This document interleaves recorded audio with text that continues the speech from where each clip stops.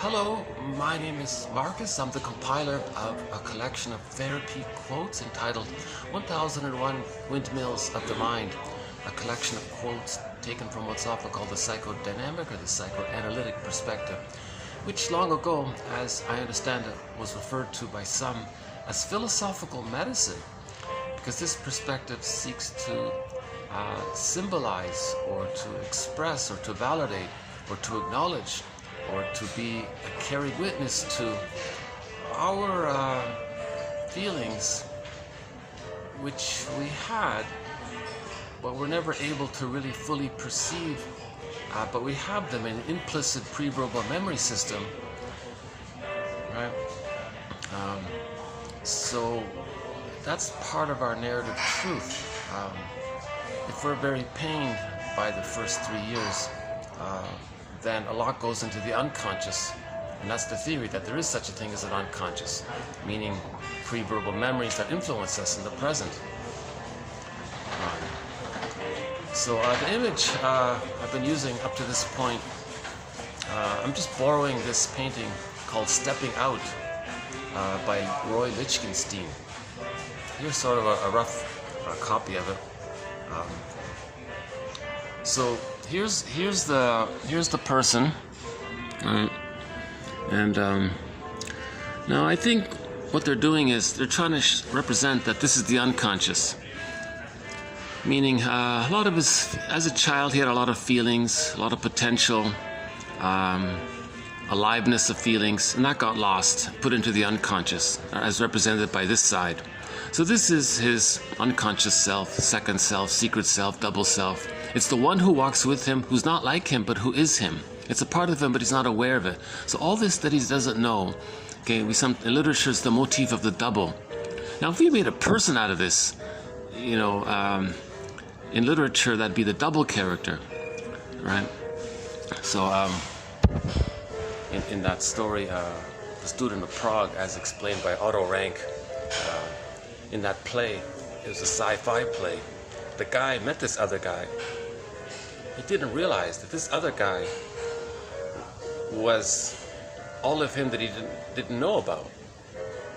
And the idea was for him to befriend this person so he could learn and accept these things that his double self is expressing and own it for himself. And the moral of the story was the guy didn't do it. So the viewer is meant to become conscious of this idea of the unconscious. So again, if there's too much pain in the first 3 years of life, then his feeling self, his golden ball, his true self potentialities, his aliveness of affect, his ability to mourn is in here, gratitude is in here, joy is in here. So much of who he really is here in this other side.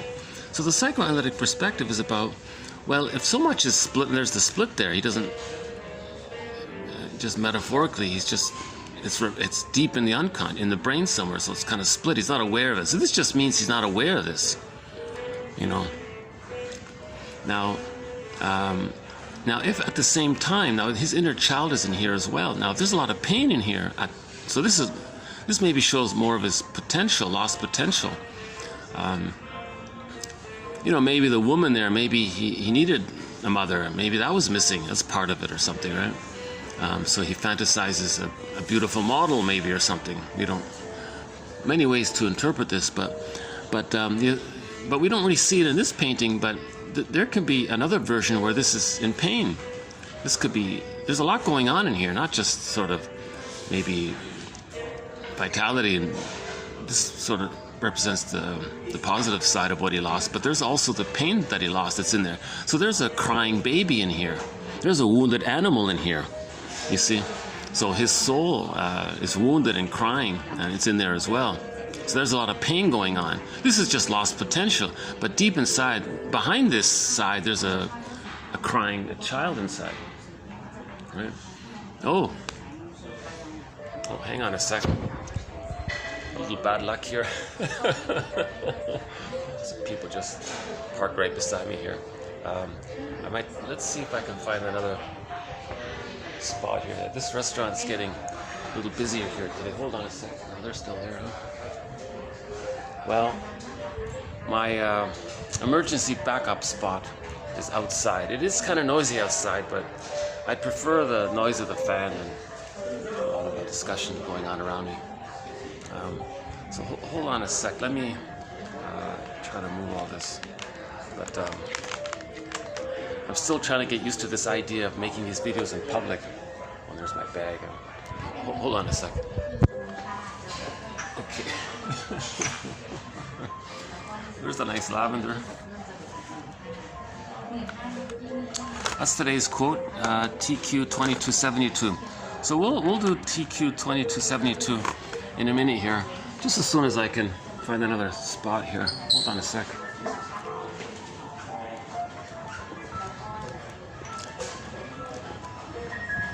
It is a nice little hotel lobby here.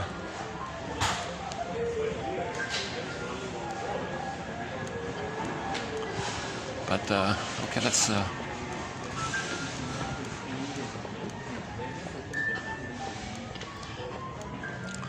so we'll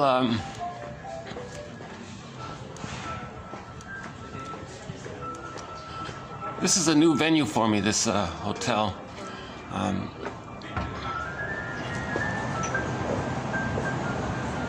Okay, here's my backup spot. It's not bad visually. We've got the nice Henry Moore type of thing there. Got the nice little flower. It's around 30, so you might see me sweating a little bit at some point, but hopefully not. Oh, there's a fan there. Maybe I can turn that on at some point. Okay, let's continue here. Yeah, another inconvenience is I do get a lot of foot traffic that crosses right in front of me to get into the other building.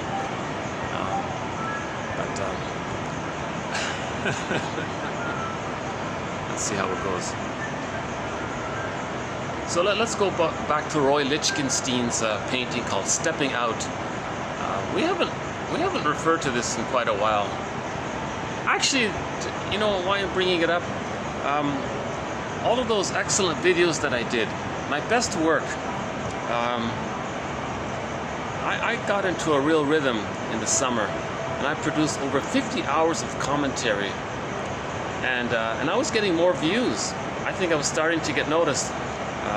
The videos were in the double digits. I was getting 20s and 30s, and suddenly they just got all wiped, mysteriously gone.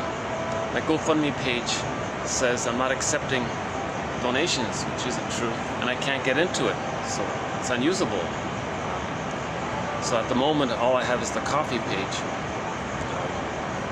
But I remember during those 50 hours of commentary, we did some great work on Melanie Klein's theory about the positions. That's a very tough topic. We spent 10 hours just on that theory, and I felt proud of that. I felt like we made some progress there in understanding Melanie Klein's theory. But we did a lot of work on the prejudice, the religion, psychology of religion. Luckily, the quotes are saved. So all of the TQ quotes are saved. A few got lost, but we replaced them with some excellent other quotes. So all of the TQ quotes are there. We now have 2,272 quotes, therapy quotes. I'm calling them therapy quotes because these are all in the area of trying to make the unconscious conscious, which is therapeutic, right? So back to Roy Lichtenstein's painting here called "Stepping Out." Underappreciated painting. I think it's a gem. So how's it showing up here? Maybe the lighting's not so great here, huh? Yeah. Well,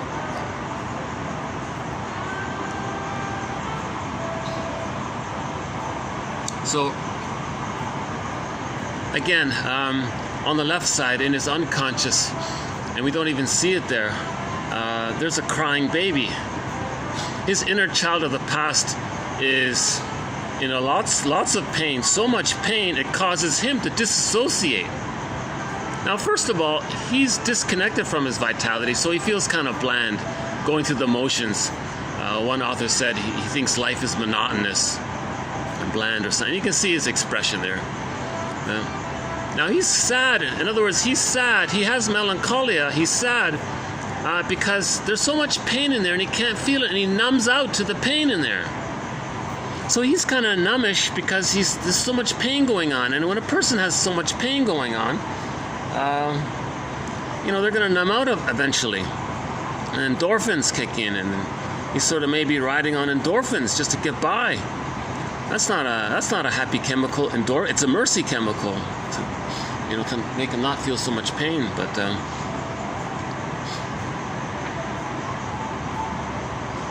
right. So the reality is, this is the divided self. In effect, there's two of him, really, right? There isn't literally two of him.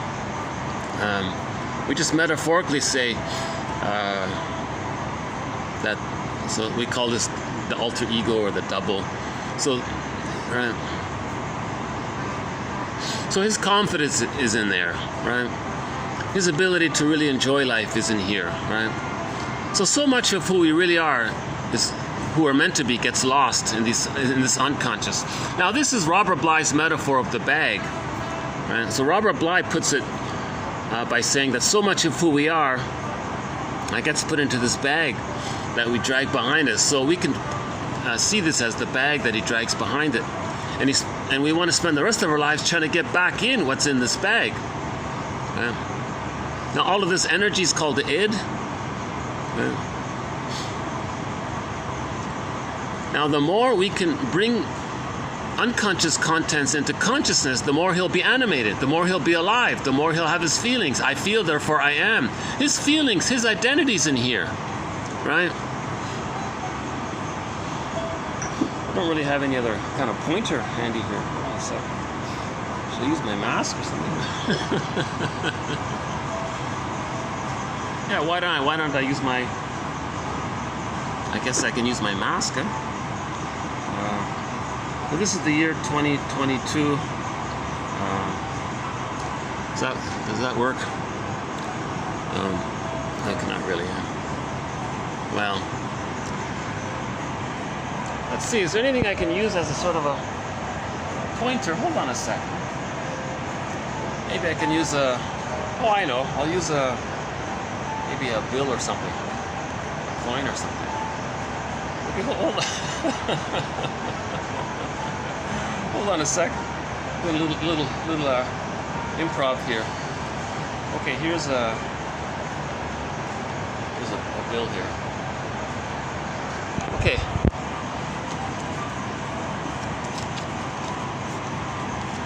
No disrespect to the intended here. I just want to. Geez, it's not really showing up, is it? Eh? Yeah. Oh, there it is. Is that better? So again.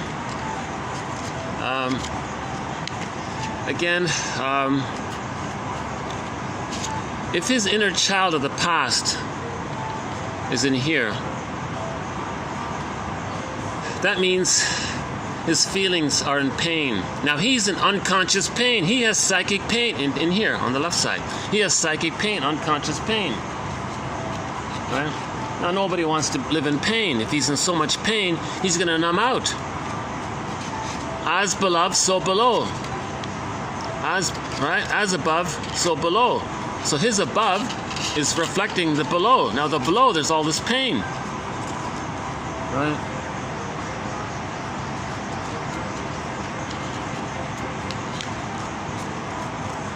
Hold on a second. Let's get this. Let's try to make a pointer out of this somehow. Well. Okay. So back to this again. So nobody wants to live with all this unconscious pain on the left side there. So nature says there's always this innate drive for healing. Just like the person gets a paper cut or something. Nature, the system, wants to heal it. So he has sort of a huge kind of a wound there. Right? Now it's psychic. It's called psychic bleeding sometimes. Right? So there's this innate drive for healing. Now, how do we understand and cooperate with this innate drive for healing? Because it's kind of stuck, and we're meant, so that's the idea of being conscious, to cooperate with nature. So if we say nature, so mythology helps, right? So let's say Athena represents the healing forces of nature, or any kind of healing goddess. You can pick whatever one you want, right? I'm just borrowing Athena from the Orestes. So Athena is a personification of nature's power to heal a person or an organism, or an animal, or human, etc., right? A tree, if the tree's wounded, it wants to heal. So Athena represents this healing force, the healing power. So Athena is going to speak to the unconscious ego. Now, in trauma, he experienced a lot of trauma, right? Strain trauma, interpersonal trauma, relational trauma, developmental trauma. Maybe there's shock trauma, prenatal distress syndrome, birth trauma, trauma, maybe at the dentist's office when he was a child, getting his tonsils removed. There could have been school shock. If the mother was too bonded to him and then he couldn't see his mother, went to the school, maybe it was too much for him, so he kind of numbed out or something. Whatever's going on, right? So there's trauma, right? So now when there's trauma, the ego, his ability to perceive, right, to be aware, consciousness, his conscious ego gets split. So he has a conscious ego. So he can function, and the ego has, so he can do math and he can speak language. So he can do some things with his ego, right, cognitively and all that. But emotionally, psychologically, spiritually, that ego is in here. So that's called his unconscious ego. His unconscious ego is here, right? So Athena says to the unconscious ego, so I'm just sort of experimenting with this idea. So let's say Athena says to the unconscious ego, hey, unconscious ego, I need your help. So unconscious ego says, yes, hello? Who are you? I'm nature. We want to heal the person. Oh, okay, well, what do you want me to do? So the unconscious ego is going to work together with Athena. So Athena says to the unconscious ego, get him to replay and repeat the trauma that he experienced. We're going to get him to replay it and repeat it in the present, so he can see that he has trauma. I see. The unconscious ego says, so he was traumatized, and if he sort of recreates the scene of the trauma in the present, maybe he'll recognize that he was traumatized in the past, because he's creating some kind of mirror, some kind of reflection, some kind of a repeat of the past and the present. And if he can notice it, then he'll know what happened to him in childhood, something like that. Very good, Athena says. I see. So we're going to gain. I see. So that's so how exactly is repetition compulsion going to work? Athena says, well, with your help, you and I are going to get the conscious person to misperceive the present.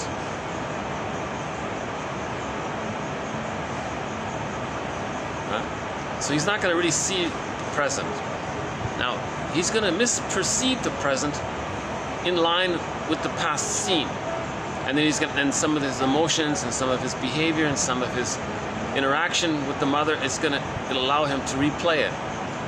So he's going to distort reality to fit the scene of the crime with the mother. Okay? So if he goes on a date with a girl, he'll think that she's got to be some kind of perfect goddess or something. Or he'll flip it and think that she's a devouring monster that wants to eat him. So one minute he'll idealize her, then quickly he'll devalue her. Go, whoa! So this is the goddess demon phenomenon. In reality, he's traumatized to the frightening mother. To survive, he makes up an ideal mother. Those kinds of things. That's called splitting. That's not realistic. The girl on the first date there is not some goddess, not some witch that wants to eat him. But emotionally, he has a lot of overly exaggerated emotions from this childhood perspective. So there's a distortion.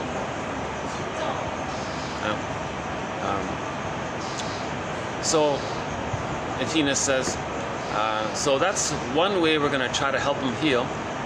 He's going to create new editions of the past in the present. The present will be a new edition of the past, and we'll keep doing it like Sisyphus until he gets it. We got to get his attention. We got to get him to see that his behavior in the present is for him to get an inkling of his childhood, because he's interacting in the way he had to interact with his frustrating mother. So he's maybe creating frustrations on purpose in the present, unconsciously on purpose in the present. Well, that's what we're going to do. We're going to get him to recreate disappointments and frustrations. We're going to get him to recreate his great need for perfect love for mother, and how he was disappointed and pained by it. So we're going to replay that. So we're going to get him to choose inappropriate partners. He'll be disappointed, and that's a replay of when he was a baby, he needed mother and was disappointed. So if he keeps doing this over and over again, maybe he'll get a clue. Oh my God, this is what must have happened when I was a baby. I needed to bond, I couldn't bond safely, and I was rejected and pained. Now he's replaying it by choosing inappropriate colleagues, friends, environment, etc.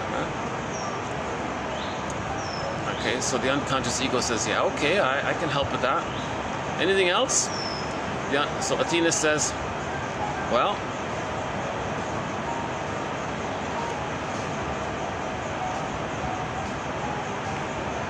when there's trauma, there's what's called the baby's going to use the splitting defense. So the baby can't feel the pain with the mother. He denies that that's his mother, creates a new mother, goddess and demon, in his unconscious fantasy. That's called splitting. Now, splitting is the precursor to projection, because one side you're going to project. So he can only accept the positive side, so he can feed safely. The painful side, he's going to project.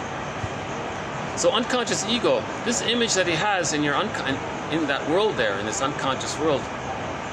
Again, we live in two worlds, Melanie Klein says.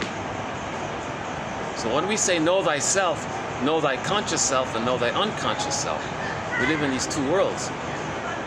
And this other world, if it's too much pain in there, Burglar calls this other world sort of the puppet master. So Burglar would say that this is the puppet master, right? This is getting him to do things that he wouldn't consciously want. A little tour group here. Yeah, I noticed the groups are pouring in. Yeah, this is peak season here in this popular city starting. This is Sunday around noon. Sundays are good days here. Things are calmer. Although ironically, the restaurant is busier.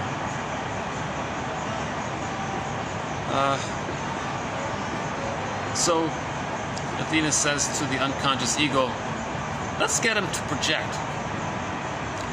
Athena says to the unconscious ego, projection is the means of making the unconscious conscious. So we're going to get him to project, attribute something about himself, something in his unconscious. Get him to attribute these feelings, these wishes, these attributes, these motives, these needs, desires, actions, knowledge, whatever it is that he's not aware of about himself. We're going to get him to attribute that material onto someone else.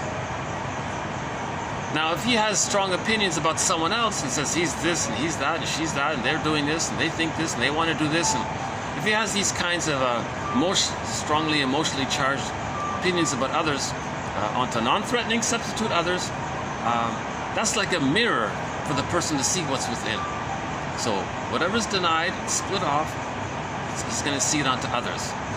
So unconscious, what Athena says, unconscious ego, imagine like a little film projector. And on the reel, put some imaginings of him that he doesn't know about. Put it on the reel, and we're going to like project it. And the other, or the thing, is going to be the screen.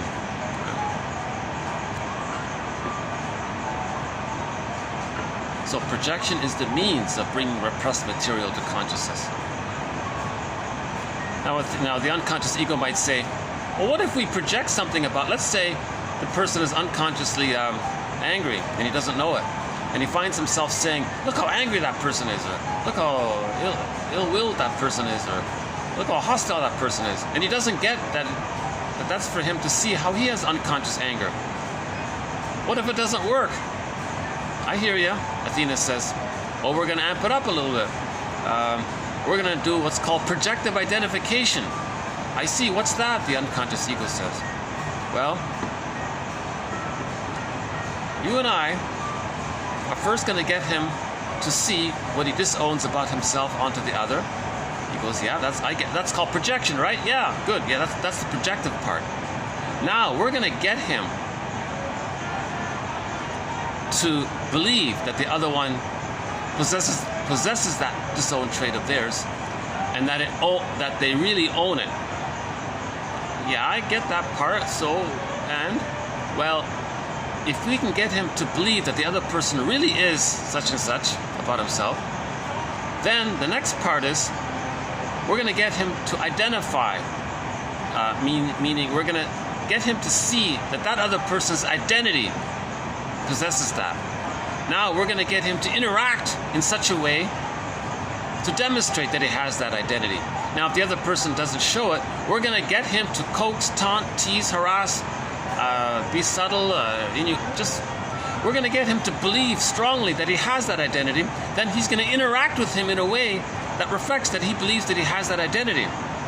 Eventually, if we keep doing this, the other person will show signs of it. Now, when the other person shows signs of it, for example, if he coaxes the other person to be angry, and he wasn't angry, then we can get him to say, aha, that person's angry. Now there's a stronger visual demonstration that the other person's angry. Now that's a mirror for him to see that he's angry. Now at the same time, it may not work. He may take comfort in seeing his own anger externalized and further convinced that it doesn't belong to him. But we're working. We're doing what we can. The unconscious says, okay, I get it. So projective identification is actually going to be today's quote, TQ 2272. We're gonna add a quote to our thread on projective identification. So let's go back to this one here.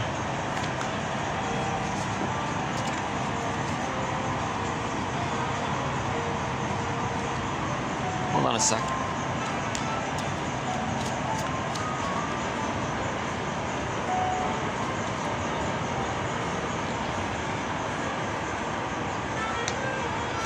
You know, I never really took a good look at this yet. What is all this? Oh, it's just sort of like a flower or... Yeah, okay, just some prints. 80, 1, 2, 5, 4, 3... Let's show the 80s, the years, I guess. Another quick little look around here. Love the table. Geez, look at that table, eh? I don't know what this is. Walnut or... I'm going to go with walnut. Or cashew. Could it be? I don't know. Love the flower here, yeah.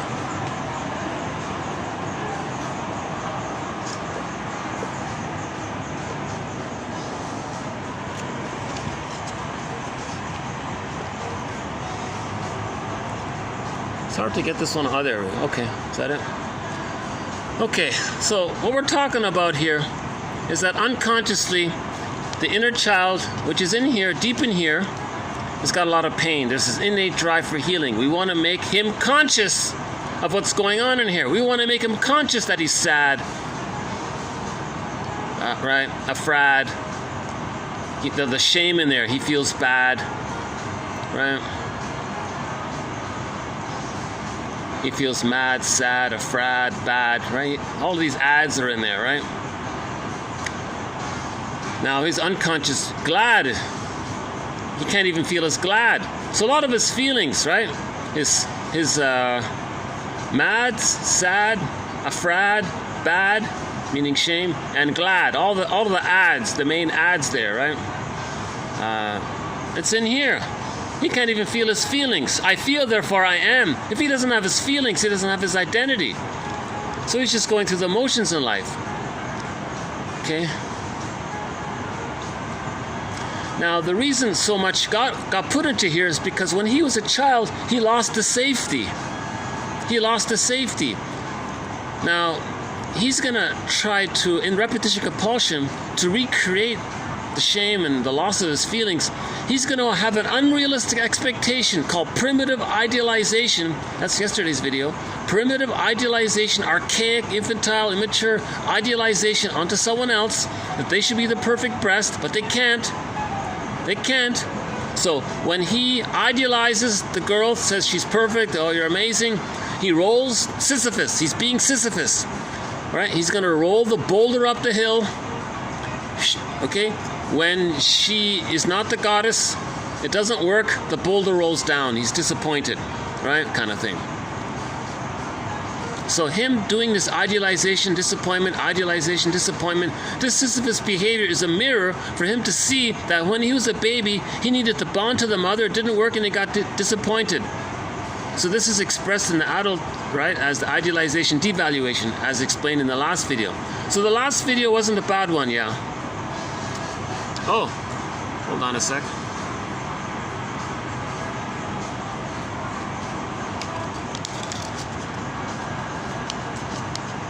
Okay, so he's going to act like Sisyphus, he's going to repeat the same thing, go through the motions over and over again. Now, because his mother wasn't consistent, there are two variations. He can become like a very academic type and maybe he wants to know everything, or he gives up and says, I know nothing. So we don't know, we can't really tell from this. But, okay, so this is humanity's third narcissistic injury, that this exists. Okay, that this exists. And that this can function like a puppet master, getting him to do what's going on in here, to get his attention, to own and accept something about him. So when they say own your shadow, own your projections, that's what we're talking about. Okay?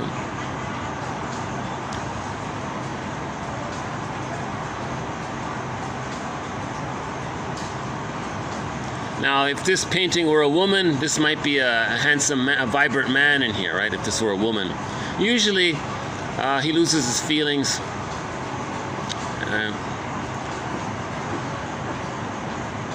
Okay, let's let these people pass by here. I'm not sure why they necessarily do that, but I don't understand. If this were a woman, it could be the same painting. I don't really necessarily see. Oh yeah, because for a woman, they lose much more of their assertiveness. Now, society will accept his sort of being active and assertive, so he can maintain some of the so-called masculine principles. So maybe for women, it's more pronounced. So maybe that's why they put a man there for the woman, because she really lost a lot of her assertiveness, right? So that's the theme. That's the theme of the book "Waking the World" by Alan Chinen. Beyond the princess. Because if the woman owns her voice, she wakes up and she wakes herself up, and often she wakes up others in the process. That's we have 20 golden windmills of the mind. 20 golden windmills of the mind awards have been issued up to this point already. 20. It's pretty good. An amazing collection. One of them was issued to Alan Chinen's 4 books on what he calls the second journey in midlife, called Middle Tales. Oh, you're not going to sit beside me, right? Hold on a second. Oh, good. Okay. You ever have that experience? You'll be in a place and there's maybe, I don't know, 20 chairs around you, but someone will just sit right beside you instead of sitting further away, right? Oh yeah, I got a flood of people here. Okay, let's pause for a minute for this crowd to pass by here. Hold on a second. I'll let you look at the wooden painting here.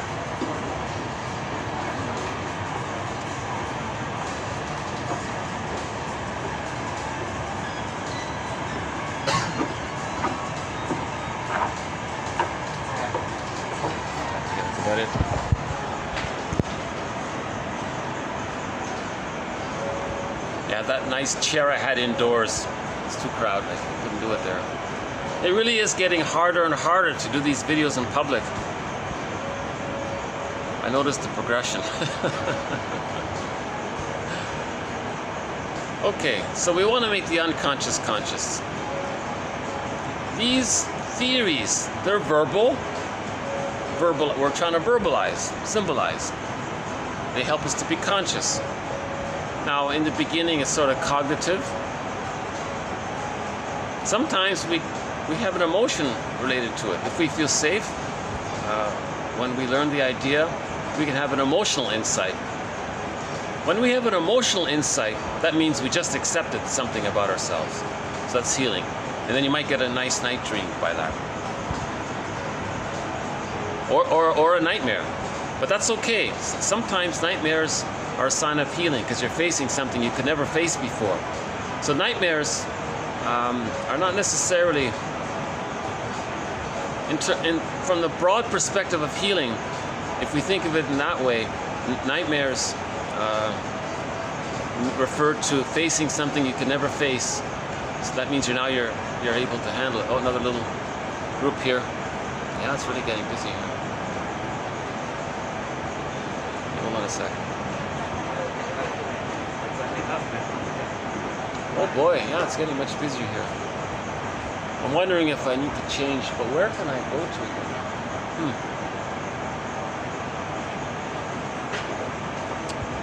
As an experiment, hold on a second. Let's see if I could do it in the sun there, if it would work. Let me visit that spot over there and see if this might work here. Hold on a second. Let's see.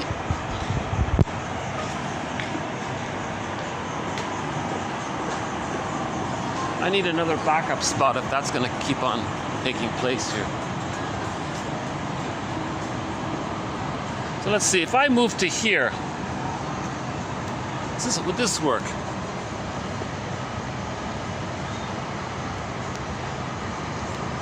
How's the lighting here? Would this work? The lighting's not too great, but we could do it here, right? Where can I get some good lighting here? Well, all right, this will be my backup spot. If that's going to continue, I'll come here. I'm not too worried about the visual. The main goal is to get the quotes posted. Yes, this discussion, a lot of it's for myself to work with it, and it helps me to free associate. I'm trying to learn this second language. Some people call the psychoanalytic perspective a second language, right? With all the jargon.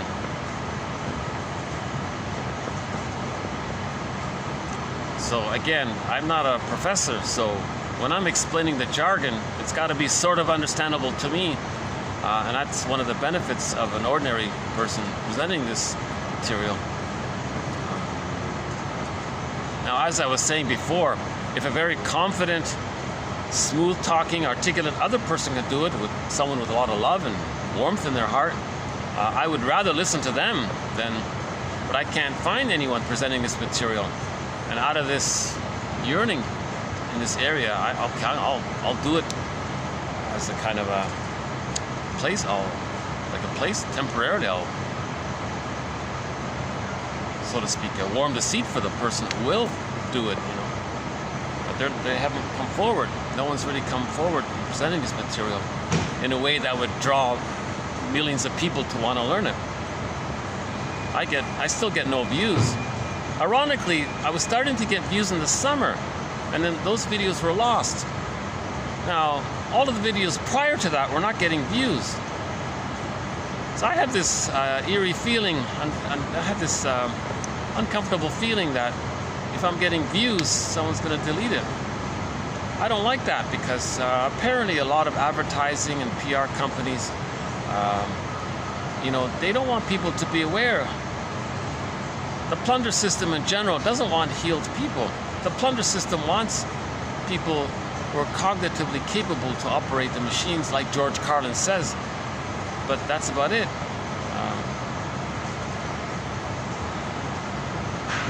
If people are traumatized, they're unconsciously, emotionally children, it's easier to control people. So we have a threat on the plunder system. I don't want to be too grandiose and think too much about it. But one of our threads, just to finish that thought, one of our threads, yeah, this is pretty hot out here. Let's go back to get some shade here. I'm sweating already. Wow. Yeah.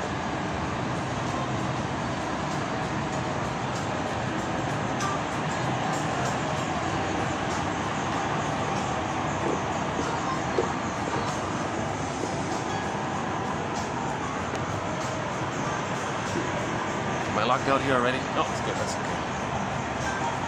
Yeah, just to finish that we do have one of our threads. So one of our threads, themes, topics, e-booklets, chapters. So one of our e-booklets really is on the psychology of prejudice. But to understand prejudice, we don't look at internal psychology like negative magic gesture and projection and these kinds of things. We also look at the sociological side. So the sociological side is based on one theory about the plunder system. We won't. Yeah, let's not go there, because that starts with Homo bodoensis, evolving to Homo sapiens. And the story about that. It's an interesting story. It deserves a lot of. It deserves revisiting as often as possible to update it.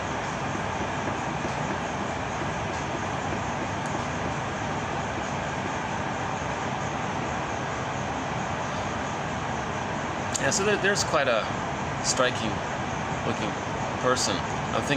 My first thought was, if that person were presenting this material, it might get more views. You know? I'm trying not to get anybody in the videos. I don't have that blurring. I don't do any editing. I just do it straight through. Oh. So where were we?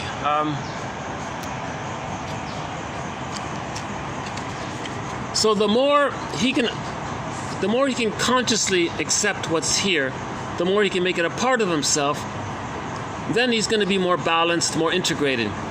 Ideally, hold on a sec. Yeah, why doesn't the lighting work here? Ideally, much of this would be in him and he'd be vibrant. So this vibrancy would be in his face, right?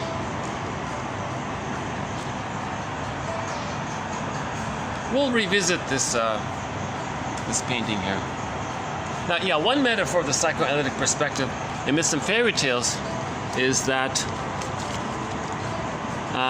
this unconscious energy is an ocean, now he's got to be a fisher person. Okay, now when a fisher person brings up some fish from the ocean, okay, that's like him finding something about himself and bringing it into himself. So he's got to be a metaphorical fisher person. Okay?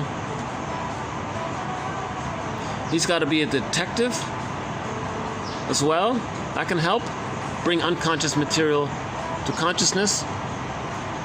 Right? He's got to be an existential detective. Right?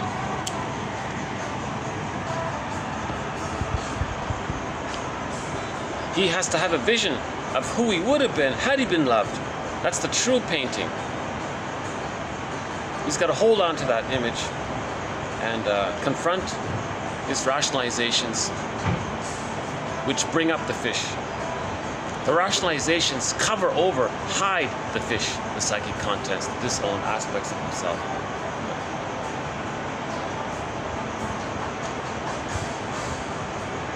Yeah. Now it's tempting to give up. This is a lot of work, isn't it? So let's revisit Odysseus here. This is from a stamp. I love this stamp. So here's the image of wanting to give, of saying no, I don't want to give up. So there's a temptation to say, oh my God. He may feel tempted to just give up. Now Odysseus is a role model. He's a hero. He says, no, I'm not going to give up. So the voice that says just give up, oh, just stay bonded to the mother who refused you. Don't try to heal. So that's the sirens. No, Odysseus, he tied himself to the mast, means he's firmly that means he firmly says, no, I want to find Ithaca, my psychic home. Yeah. So Robert Bly puts it this way: we all live in a psychic house called the Soul Castle. In the story of the Odyssey, that it's named Ithaca. Now Penelope is his unconscious self, his feeling self. Right? So back to Roy Lichtenstein for a sec. This on the left here, that's Penelope. That's Penelope. Okay? So if he does go on the journey, then he's Odysseus looking for Penelope. Okay? So Odysseus says, no, I want to go home. Means reconnect with himself, his inner home. Again, another thread, another e-booklet is on the psychology and interpretations of myths and fairy tales. Myths and fairy tales are meant to be treated like dreams. They're soul stories, true on the inside, not on the outside. Nothing literal on the outside. They're metaphors for psychology. Fairy tales and myths are metaphors of psychology. Now we have jargon. So maybe we're advancing because we're creating words. We're symbolizing things a little better. We don't have powerful storytellers anymore, right? I've never seen one. Jim Henson, I think he made a huge mistake choosing that storyteller. So he has a series called The Storyteller, a retelling of some myths and fairy tales. I think that choice was way wrong. He was just an arrogant storyteller. It didn't work. Jim Henson should have said no to whoever ordered him to use that storyteller. At first you think maybe it'll work, then you realize, oh no. You can't have people with a narcissistic pattern telling you soul stories. You're being infected by the narcissistic energy, the cynicism in their telling. So Odysseus is a hero. What happened was, prior to this event here, you see, Odysseus visited the unconscious, the hell scene, meaning shame. So that the inferno, the hell scene, he was shamed. The emotion of shame is depicted in myths and fairy tales as the hell scene. The inferno, it's because it's the burning, biting feeling. When you're embarrassed, you feel the burning, biting feeling. That's the emotion of shame. That's all it is. Let's not get too dramatic about it. Okay? If a storyteller tells you something about a hell scene, they're talking about the emotion of shame. It feels like that, right? We feel the burning, biting feeling. Myths and fairy tales are metaphors for internal feelings, emotions, etc. So Odysseus visited his facing shame. So there's a book called Facing Shame. So Odysseus faced his shame. Now when Odysseus went into that hell scene, he saw his mother there. Jocasta was there. Jocasta, okay, in the myth, when a mother exploits the child, uses the child, objectifies the child, that's called the Jocasta style of mothering. Now when Odysseus went into the hell scene, he saw Jocasta. He saw Agamemnon, how he betrays his feelings. Again, that's a metaphor for betraying our feelings. What the story of Agamemnon, that's a metaphor for betraying our feelings. He actively betrays his feelings. So that's really that's really bad. He identified with the aggressor. He lost his feelings from the shame of the mother. So that's the image of Demeter, Kor and Persephone and Demeter. Right? The earth opened up. The guy yanked down the innocence, his feelings. Then she came back and became Demeter, Persephone. So Kor became Persephone. That's the internal dynamics of Demeter. Yeah, Kor and Persephone are parts of Demeter. All three parts are one psyche. Every character in a myth or fairy tale belongs to one psyche. They're not separate characters. Don't think in that outer, literal world of external characters.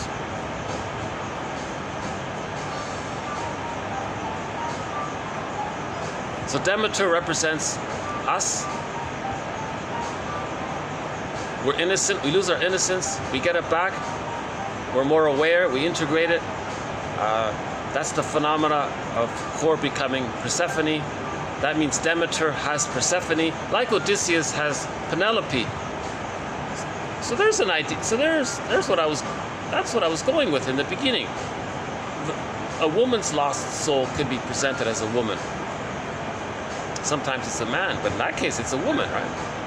Yeah. So I think maybe why not? Why not keep it the way it is with Demeter, Core, and Persephone? Hold on a sec. Let's let these people pass by. Huge disadvantage to this spot because I got people passing by. So either I have the visual distraction or I have all of the talking around me going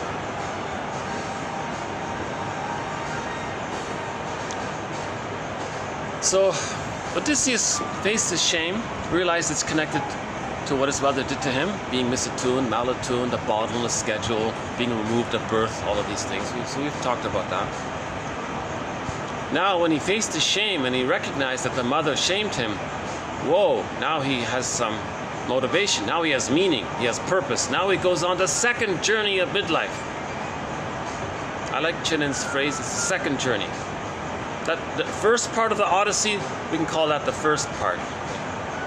See, Joseph Campbell confuses things because he says the phrase the hero's journey for Alan Chinan is the second journey.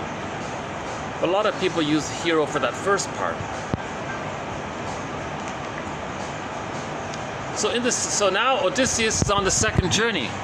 Okay? The water, there's the ocean, there's the unconscious. A part of him says give up. Now this is the mother memory.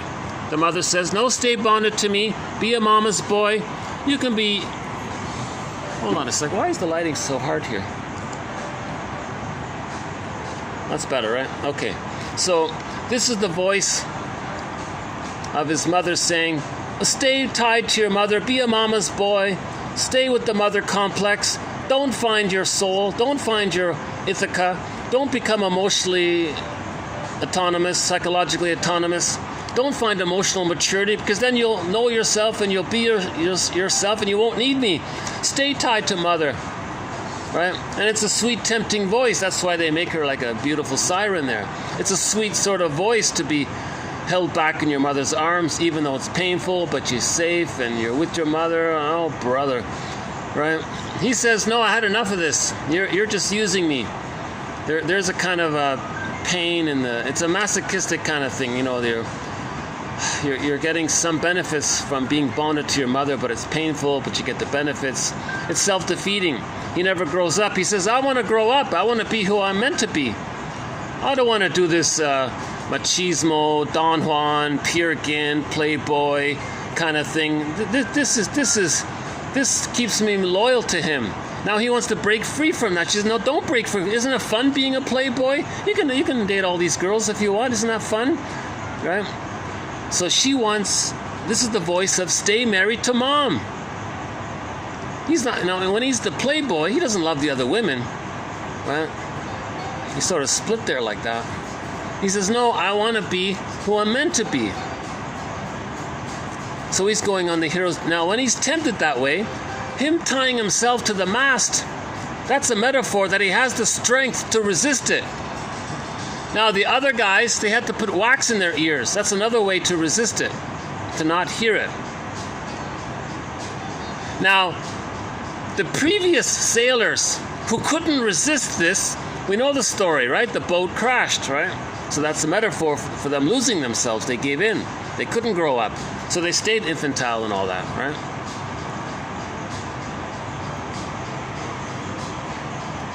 So the psychoanalytic perspective is all about this resisting the temptation to stay with the rest of development, stunted development. There's some secondary gains by it because if a person finds some coping strategy to be dysfunctional, and if their dysfunctional behavior gives them some secondary benefits, it may be hard to let it go. But finally at midlife, someone says there's something's missing here. Something very important is missing here. What's very important? Ithaca, Penelope is very important. Our feelings, our inner home, our connection to ourselves, our embodiment, they say. He wants to be embodied. He wants to be alive, right? So what's missing? Back to Roy Lichtenstein's painting. right? Everything that this represents is missing, okay? His positive side is vitality. Now, by the way, the reason this I is like that is because to emphasize it has a different unconscious, it's a different world here. It thinks differently, okay? So this represents primary process thinking.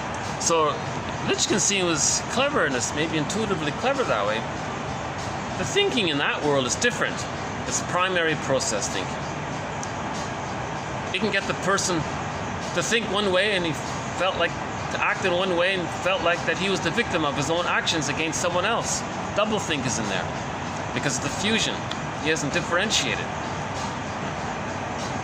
Okay? Differentiation didn't take place. The separation from the mother didn't take place. So he's still one with the mother. That means the concept of the self and the concept of the other are blurred. That means later on, he can act like the mother, see his shame self unto others, shame the other, and says that's what his mother did to him. At the same time, he sees the person he hurt as the boogeyman shaming him. So there's all this double think and it's chaotic like that, right? So you can see that with some people. They'll do something crude or rude or something and feel like that they were shamed, that somehow someone shamed them, the victim shamed them, and they were the ones doing the shaming. See, it's all double think. It's that's because the fusion, the person didn't get their fusional needs met. All babies need an extended womb. So in the last video, can I refer you to the last video done in this venue here about the fusion, right?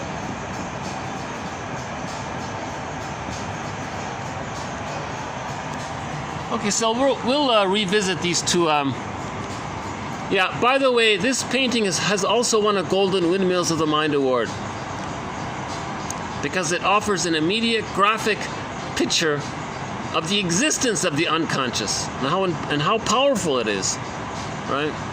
It has a mind of its own. And it can override our conscious mind. We don't want the unconscious mind to be stronger than our conscious mind.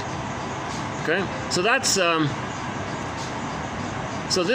with the siren, there's the unconscious mind trying to override his conscious will, right? And again, when Odysseus went into that hell scene, he saw Sisyphus. When he looked into Sisyphus's face, he saw that it was his face. Meaning, he gets that he's repeating something. Now, when someone's repeating something over and over again, with the fantasy that they can change the past, undo the past, get a better outcome from the past, it doesn't work. They try, that's rolling the boulder up the hill. It doesn't work, the boulder rolls down. They try again, and it's Sisyphus. Oh, look at this cute little... Oh, this is our first little sort of land critter here. This might be like one of those this little geckos there, right? I don't know if you can see them, but there's a tiny little... Hold on a sec. Might not be very interesting for the view. But there's a little tiny baby gecko there. Yeah. Well, I haven't seen one of those in such a long time. They crawl on the wall. They're cute little guys, right? Yeah, so they have little baby geckos here.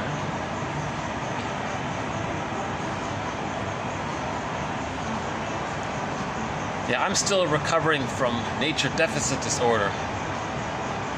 You know, this city is interesting because they still preserve some nature in the big city, right? You can see the spirit of that with this wall they made there, this greenery there.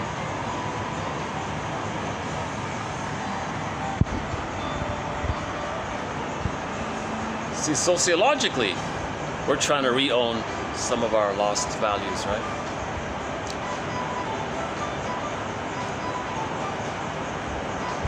So just a simple example, emotional eating. I'm Sisyphus. I do the Sisyphus thing.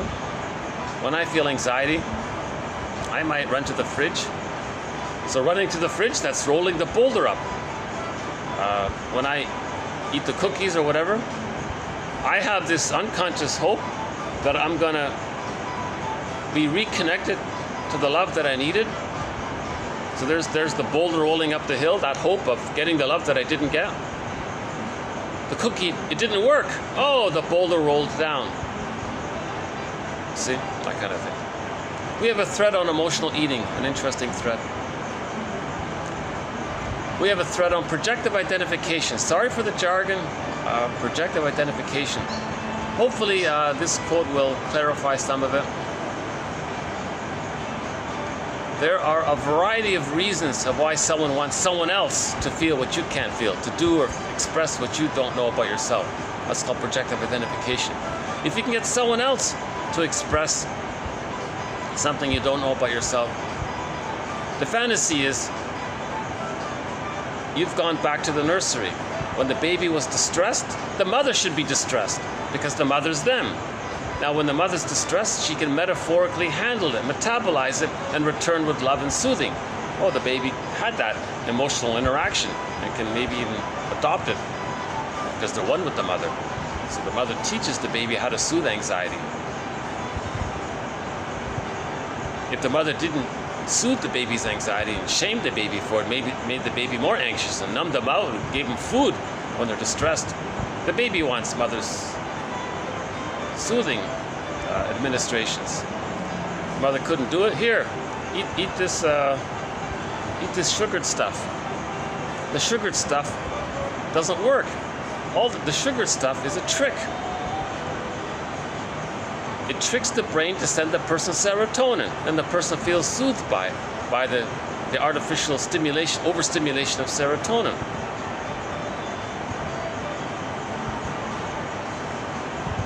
So the brain was tricked into thinking it got safety. It didn't get the true safety. It was like a drug in a way for the baby, right? Again, the general idea is that when a person gets something that makes them feel safe, the mammalian part of the brain celebrates by sending the person. When the person feels safe, they get serotonin. So a person chases something, status, whatever it is that gets them to feel safe. When something gives you a feeling of safety, the brain sends you serotonin. So serotonin is the feeling I feel safe. So the phrase is dopamine for the chase. So dopamine is the excitement, the anticipation that you're going to get that thing that's going to make you feel safe to get the serotonin. So dopamine is the goal of dopamine is to get you the thing because you're looking for serotonin. So the mother gave the kid all of the sugar. The brain felt super safe. The mammalian part we're talking about the mammalian part of the brain. Whoa, all this food, all this sugar. So in the animal kingdom, if the animal got lots of sugar, they kind of felt safe. They have all this food. So the brain got all of this sugar, they feel safe. So we're talking about the mammalian part of the brain. It's still with us, right? Then the person gets all the serotonin.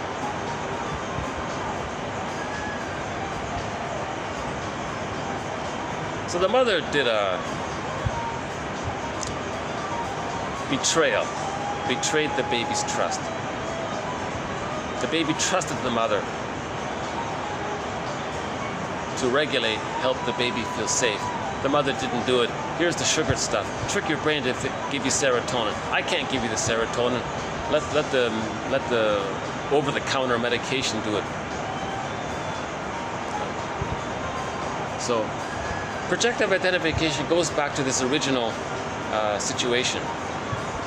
If the baby's distressed and the mother's presence is strong and she handles it and shows the baby that she can accept that the baby's stressed and still love the baby even though the baby's distressed, the baby has that interaction, it becomes a part of him. That's called projective identification. It's normal, they say. This is a normal activity. Now if this doesn't take place, if the mother does the sugar thing instead, that person later on is going to coax others to feel what they can't feel with the hope that maybe they can handle it and they can internalize it. Now it doesn't work, but that's sort of their intention, to replay the trauma of mother not engaging in that interaction with the baby. So there's Sisyphus again. Someone may coax someone, taunt someone to feel what they can't feel with the hope that they'll handle it, and then through the and then they want to see how they handle it, They want to see that they feel it and how do they handle it, and maybe they can kind of take it in for themselves. It doesn't work because that other person isn't the breast mother, but there's sort of like a kind of like a nostalgia for what they missed. So maybe they like the idea and they have the fantasy. Maybe they're going to try again and again. It doesn't work. Now some therapists say, well, Maroda here says, let's be realistic. Maybe the therapist is partially playing that role because there's transference. There's always transference. So maybe the client does learn to regulate their emotions by watching how the therapist regulated the stimulated emotions.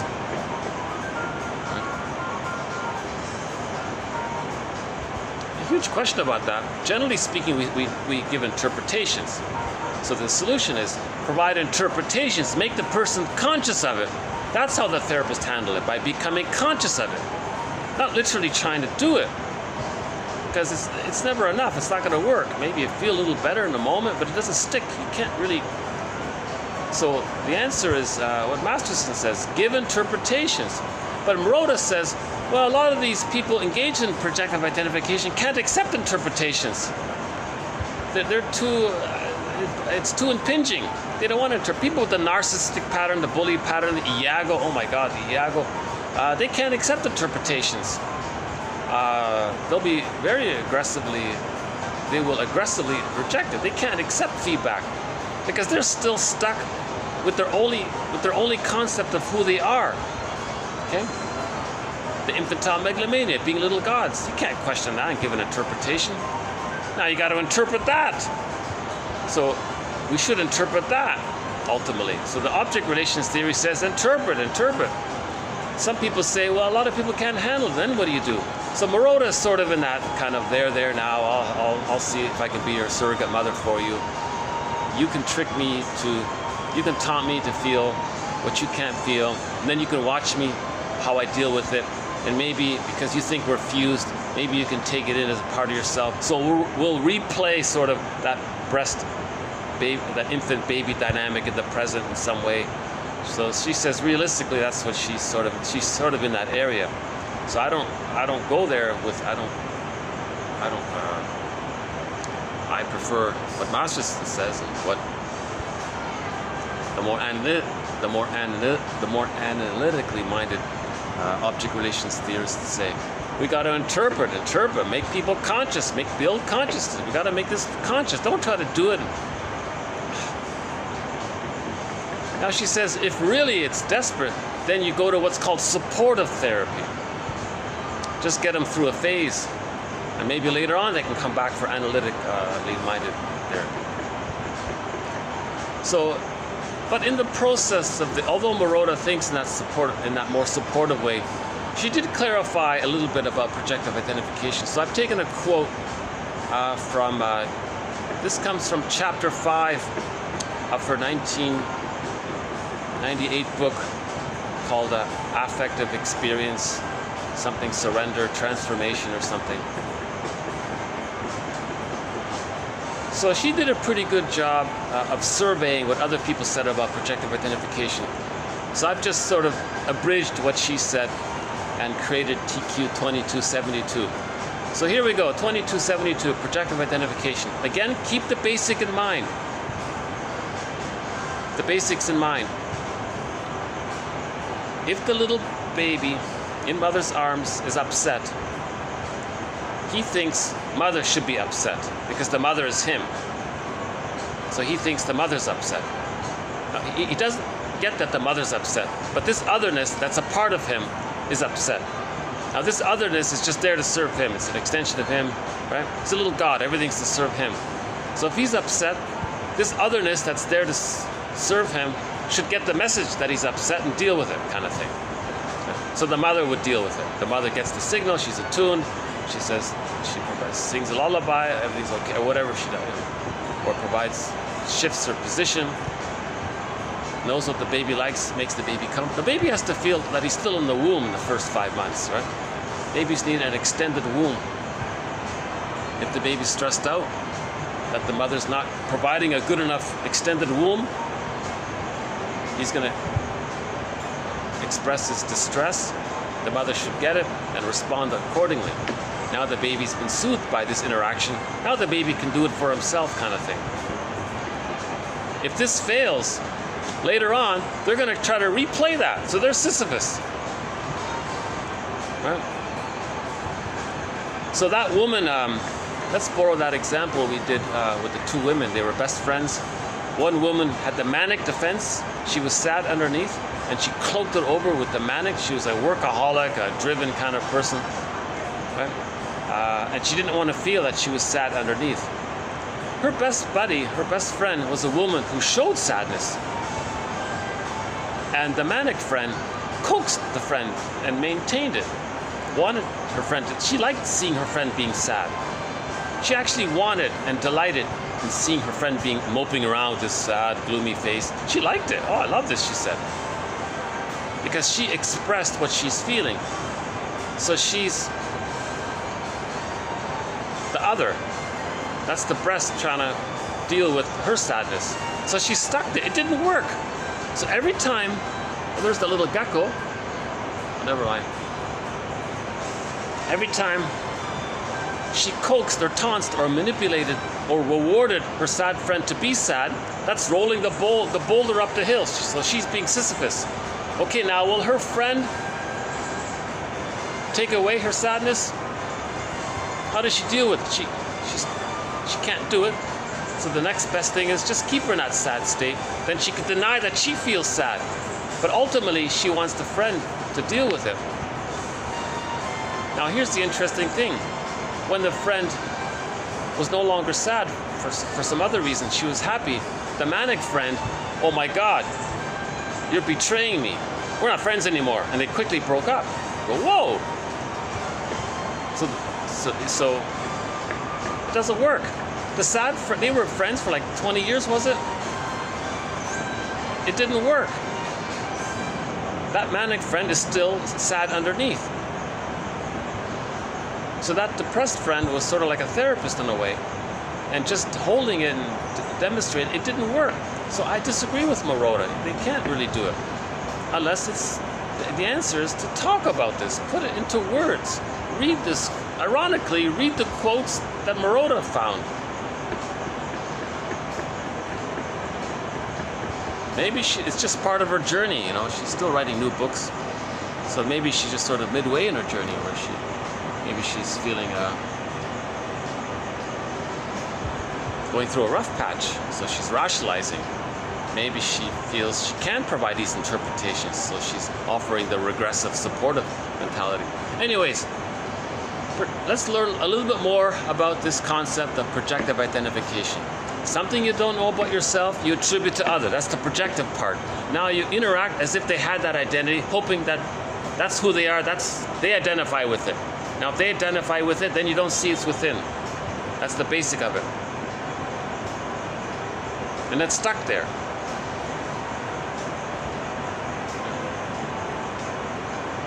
Okay. Let's start here. I think I have two overlapping theories going on here.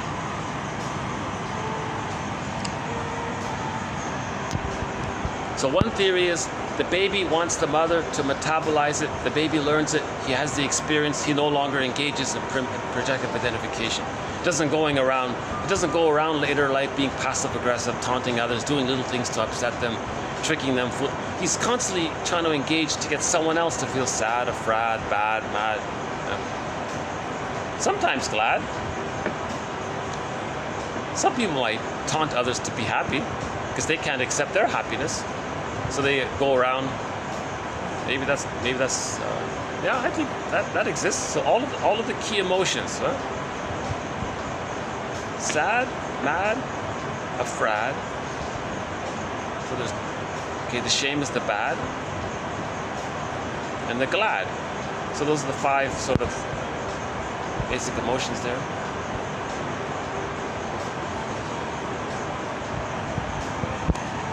Yeah, it's getting hot in here, right? Yeah, so that's something, we have no examples of that. We don't have any examples of someone trying to coax someone to be happy. Although a lot of people would do that. A lot of people do that, right?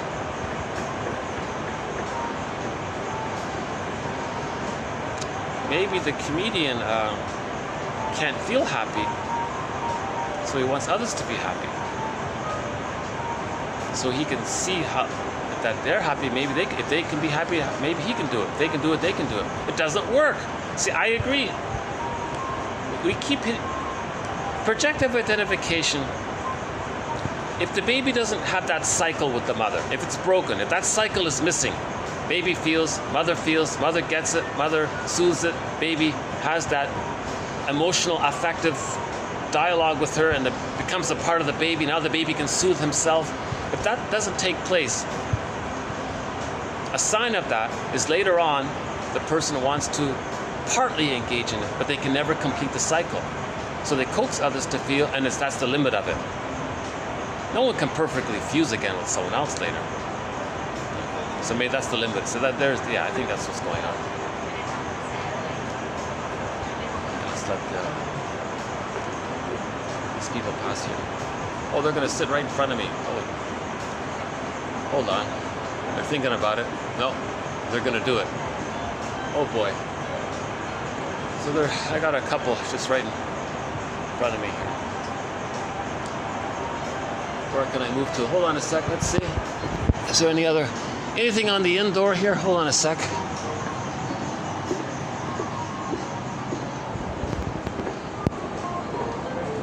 Yeah, it's pretty busy inside here. Hold on. Let's see.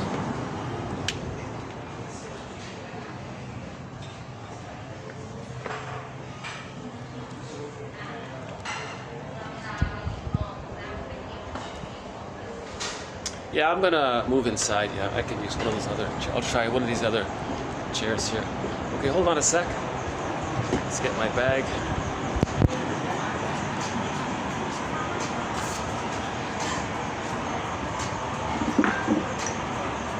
Okay, hold on a sec.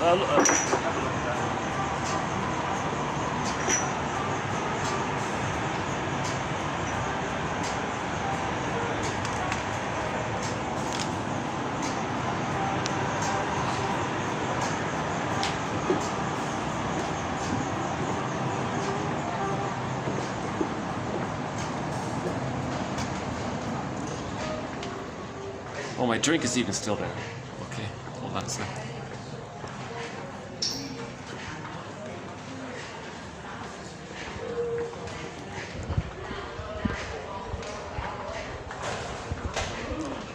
I might occasionally slip and get someone in by accident, but it's never intentional.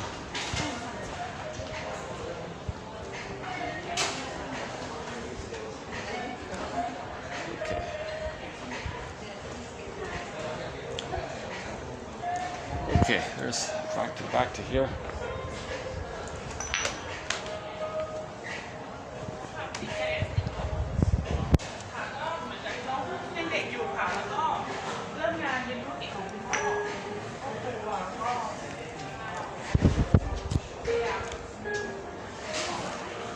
Okay, it's cooler in here, so that's nice. Okay.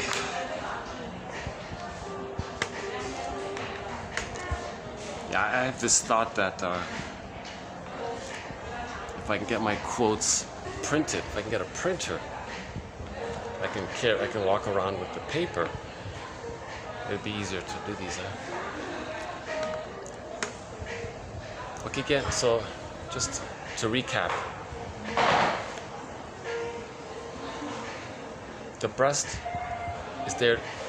The baby doesn't know where he ends and his mother begins psychologically, emotionally. The breast is there to serve him. It's called, so the baby thinks this otherness is just there for him. Now, it's fused there. It's all like one, mother, infant, dual unity. So if he's distressed, the whole system is distressed. The mother is distressed with him. It's all one. So together they're one distressed. Now in reality, there is a mother. The mother is strong and loving and responds appropriately, handles the distress. Now the baby had this vibratory neural networking going on where he can now do that for himself. Now he has internalized that. Now he can self-soothe later on. Now he no longer needs to do that in the future because he has that mechanism within. Mothers, get it? I think I got it across there, right?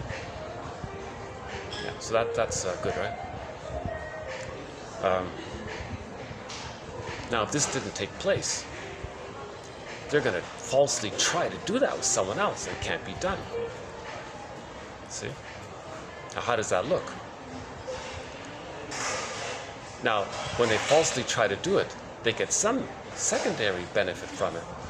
Because if they coax someone else to feel what they can't feel, then they get sort of some relief because then they can distract themselves and think that it doesn't belong to them. But it never completes the cycle. It can't. Maroda says maybe it can. Okay? So there's the two parts of it.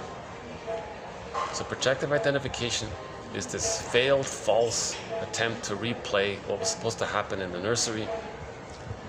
And as they do this replay, they find some momentary comfort by it because they can lie to themselves that it doesn't belong to them.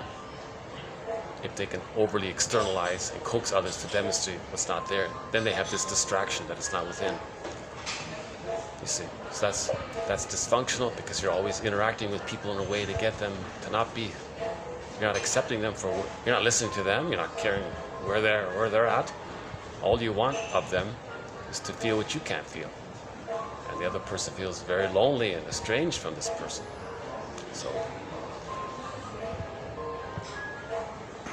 projective identification, along with the other archaic defense mechanisms like splitting and so on, are meant to be existential hearsay, no longer needed by the age of 3. See? So here's the quote. In 1996, showing up okay? Well, if you don't see it, it is posted below.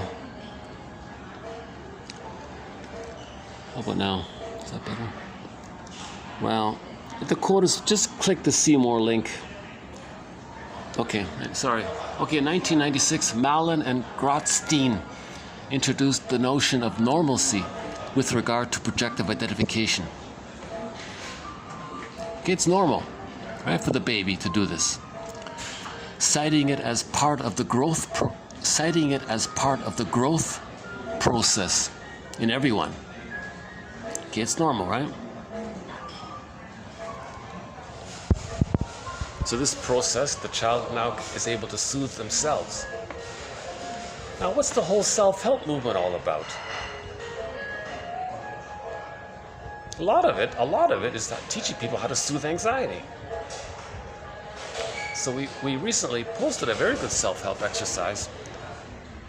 I'm just simply calling it the 5 words. So if you want to soothe your anxiety, self-help, we wouldn't need it if we were loved, right? Properly loved. 5 words. If something's bothering you, something's on your mind concerning you. Here we got a pretty clear view of that artwork, eh? Can you see it there? That's pretty clear now with the sun on it. Yeah. Hold on a second.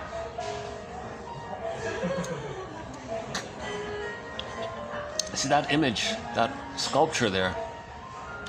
It reminds me of Henry Moore. He has one where the mother and the baby are blurred as one. Maybe that's just sort of a heart, but in Henry Moore's one, the baby's in mother's arms, and in the sculpture, you can see that the baby sort of fused in with the mother. That's the symbiosis. So Henry Moore was engaged in a positive magic gesture. You see, mother, this is what I wanted. I made this big sculpture, the baby being one with the mother. I didn't get that with you. This is what I wanted. That's called a positive magic gesture. He's doing something positive, but he's still trying to communicate what he needed with his mother. So he's still in battle with his mother in the mind. Positive magic gestures are more useful to society and more helpful to society. So we won't go into the magic gestures at the moment. right? So the self-help exercise is, so we're compensating. We're trying to do the best we can, right? So we come up with all these little tactics. These are all band-aids, really. All of these self-help exercises, I don't know, they're...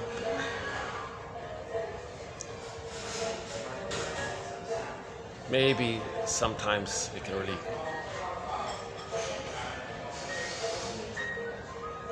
If we can make a real habit of using it, maybe it helps. I don't know. So the self-help exercise, at least for the band-aid in the moment, is the 5 words. 5 words. What's the? So there's 2 words. Hardest thing. So those are the next 2 words. That's 4. About. What's the hardest thing about? So 2, 2, 1, right? That's the 5 words. What's the hardest thing about? And then you fill in the blank.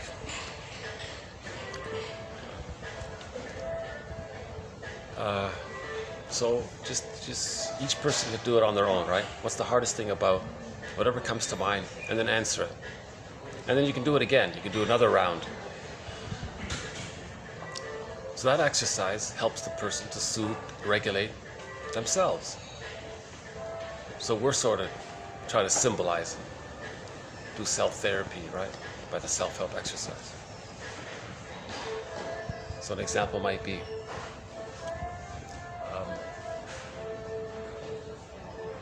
so what's on my mind right now? I'm worried I might be disturbing the people. That's why I'm talking in a low voice. So what's the hardest thing about speaking in a low voice, not wanting to disturb others? Well, I'm worried, maybe my audio won't get through. Maybe I'm still too loud and it does bother the other people. So what's the hardest thing about thinking that you're bothering other people? Well, no, I don't like that. I know the feeling. What feeling? Well, the feeling of wanting a pleasant time, and you're distracted by someone around you babbling on the phone or something. Yeah, and I'm literally babbling on the phone, right? I am babbling on the phone. I see. So you're sensitive to, or you're... Well, how do you know? Maybe they can handle it.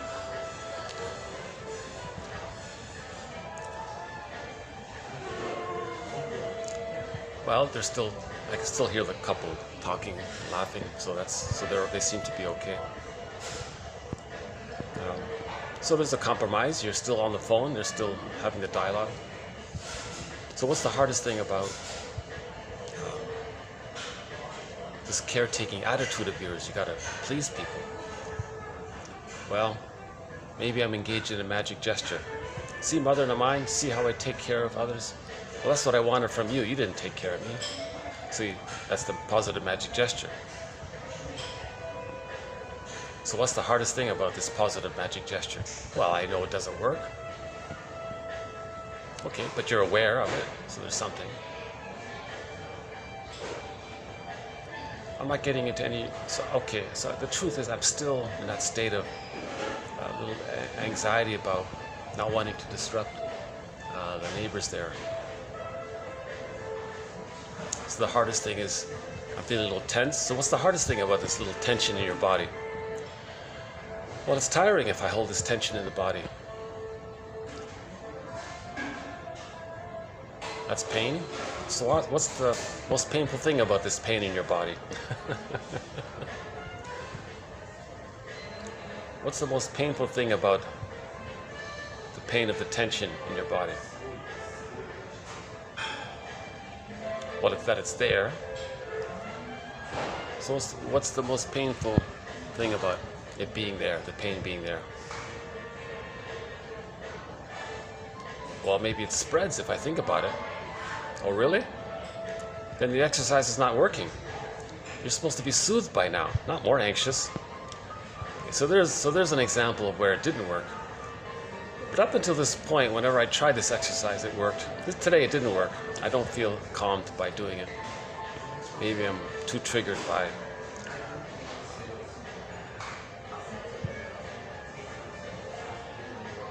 So I might be projecting, I might be experiencing the memory of how I'm supposed to save mother. And now I'm thinking I got to save those people, those strange people beside me. I got to make them happy, because when I was a child I had to make my mother happy. So maybe some of that's coming out. Okay, so there, now I feel a little better now. So actually we did say this, that we did make this point last time, that the 5 steps, the 5 words exercise can lead into the I statement.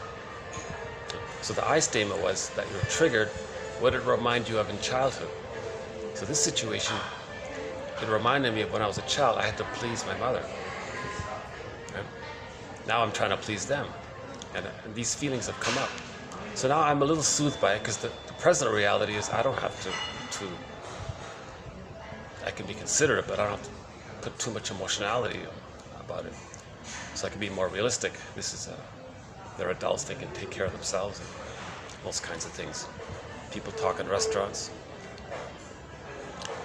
Okay, so in that case, yeah, so I noticed that now. That's the second time this happened. The 5 words self-help exercise, it's a question prompt to get you to free associate.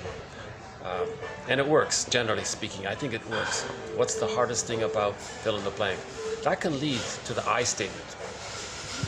Something in the present is a trigger for something in the past. In the past, something in your childhood, so you bring that up. What did you need as a child? What feelings came up around that need? And to notice that. So when I was a child, I had a need to be myself, and here I was all tense trying to please my mother. That was stressful, so some of that's coming up. So I had a need for identity and peace and safety and identity, know myself. That was being impinged upon, that wasn't being met at that time, and I felt stressed by it. Now some of this stress is coming up. So I'm transferring some of this stress into this current situation. See? So that's an example of how the past influences the present. So I'm still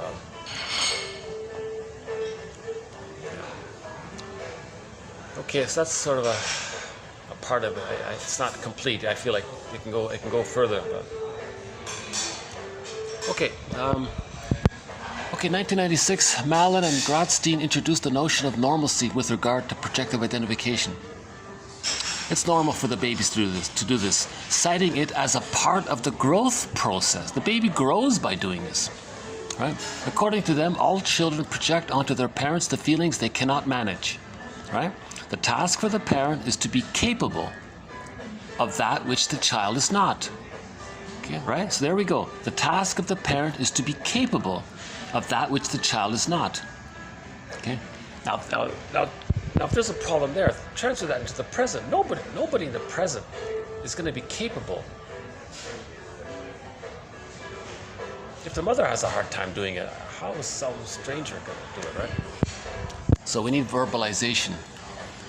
Okay, that is, the parent needs to, quote, contain the child's projected emotion, affect, so that the child can identify with the parent and internalize this activity. So, because of the fusion, the wiring is taking place. The neural networks are taking place. So the mother, the oneness with the mother is soothing the child. That goes into the child's wiring. Now the child can self-regulate the way the mother regulated the child. Right? The mother soothed the child, now they can do it for themselves, and that wiring that was created with the mother now is in the child. The neural networks are there. Okay? Now you can't duplicate that in the future. After age 3, you can't try to fuse with someone, have the fusion there, and create new wiring. It doesn't work. So that's what people are trying to do. It doesn't work, right? Okay, Malin and Grotstein, James Grotstein, point out that the child is then ready to move on to higher levels of functioning.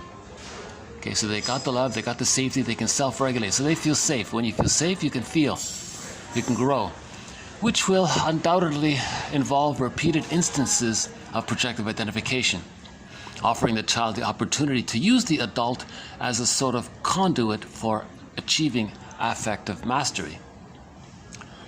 In accordance with their view of projective identification, adults who have not, okay, here we go. In accordance with their view of projective identification, adults who have not accepted and integrated their own affective experience continue to use projective identification to manage their unacceptable emotions. So there's the Sisyphus. Now they're stuck. Right? Projective identification then becomes dysfunctional. Okay? It becomes now dysfunctional because, okay, projective identification becomes neurotic when someone reaches adulthood without having attained a reasonable degree of success in integrating his affect. Okay, so he never learned how to self-soothe by the mother never, the baby never internalized this self-soothing functionality ability for himself, right? And if this person enters therapy, he will bring the force of and power of an adult mind and a lifetime of repressed feelings to bear on the therapist. The therapist cannot be the breast mother. So the therapist is going to be faced with all this rage and sadness, right? And the client's going to coax the therapist to feel so much, but he can't do it, right? Now, if the therapist gets triggered by all this, therapy stops. It's called countertransference. So when the therapist is triggered by the taunting of the client to feel what they can't feel, then, and he becomes too anxious by that, and he can't soothe all this, therapy stops. Maroda says, well, let's compromise. What if the therapist just says, I'm feeling all this? Oh, then the client, oh, okay. So I got you to feel something I couldn't feel. Sort of that, it's better than nothing. So she's in that supportive mode. What do we do in this difficult situation? So she's trying to be realistic and say, well, let's do something supportive, she was saying. So she's not really giving examples of interpretation because her premise is interpretations don't work. Now I'm thinking, I saw a video of her, I'm thinking, I wonder, maybe she's not there yet where she can offer these analytic interpretations. I don't know her that well, but...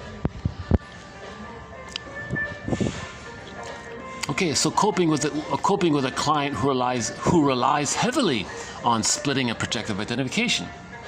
So the therapist is now coping with a client who relies heavily on this projective identification. Okay, these other authors, Tansey and Burke, 1989, encourage therapists to see their clients as unconsciously trying to communicate split off affect. Okay, so this we know already. Projective identification is an attempt at communication. They're trying to communicate what they can't feel. Right? If they get the other person to feel it, that's a communication of what they can't feel. Right? So projective identification is also a communication. So it says keep that in mind. So the client now feels something he wasn't feeling before. He has to provide some kind of interpretation that the client can hear. The timing's got to be right. The client has to be ready to hear it, receptive, open to hear it. So it's all about timing and the relationship dynamic, the trust. Can he accept it? So he would say something to the effect that you're feeling such and such, because that's why you're coaxing me to feel such and such, to communicate that you really feel such and such, and that's why you're doing this behavior. Really, wow, I'm really feeling this. So because of the trust, he may be open-minded and regard the interpretation as food for thought, or he may regard the interpretation as an invitation for mutual exploration around this topic, so they may discuss it further. So interpretations are presented in the spirit of invitation for mutual collaboration. Right? Okay, Otto Kernberg, who talks a lot about this topic, says, quote, the client typically resists the analyst's efforts at interpretation because of the dread of what had been projected in the first place, of what was projected. Oh, had been, right? Okay, a typo there. The client typically resists the analyst's efforts at interpretation because of the dread of what had been projected in the first place. So he's making the point that there's going to be resistance to accepting an interpretation because it brings it back to the original reason of why the person was projecting. again, this all goes back to the quality of the relationship. If the quality of the if there's a therapeutic alliance, a working alliance, the client won't be resistant. So if there is this kind of level of resistance, that means the relationship wasn't developed, the trust there wasn't developed.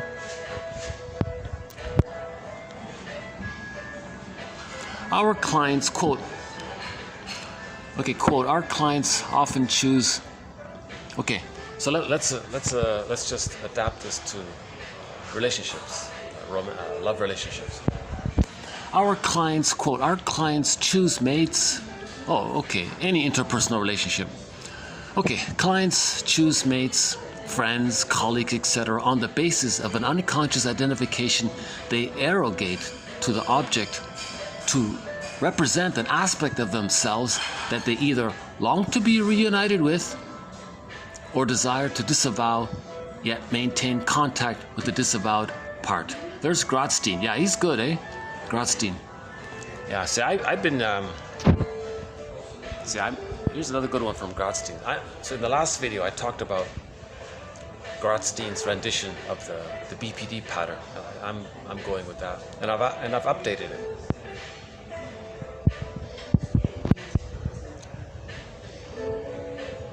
I hope I remember at the end, but I want to add something regarding last video.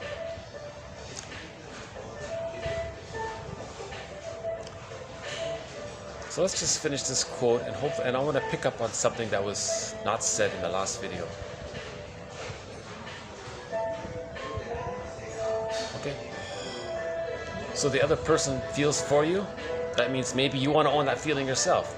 Or the other person feels something you can't feel. Well, you see it, but you don't want to own it. So there's that schizoidal element to it. That's his point there. So you're going to choose partners to represent something that you can't feel about yourself. Maybe to own it, maybe to keep it disowned, one way or the other, right? Unquote. Many therapists believe that a client tries to communicate disowned affect so that his therapist can experience it, understand it, and find a way to live with it. The idea being that if the therapist can achieve this affective task, then so can the client. So there's the failed repetition compulsion, right? Casement, 1985, believes that projective identification is a form of affective communication, emotional communication, right? And he notes how important it is to the client to know that the therapist has indeed received his affective message.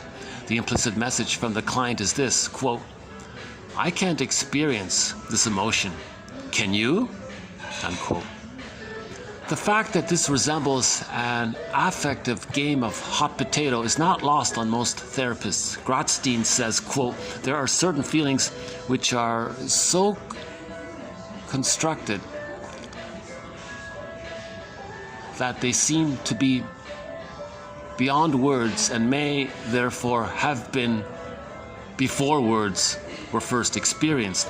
Powerful feelings are more often than not expressed by giving another person the experience of how one feels.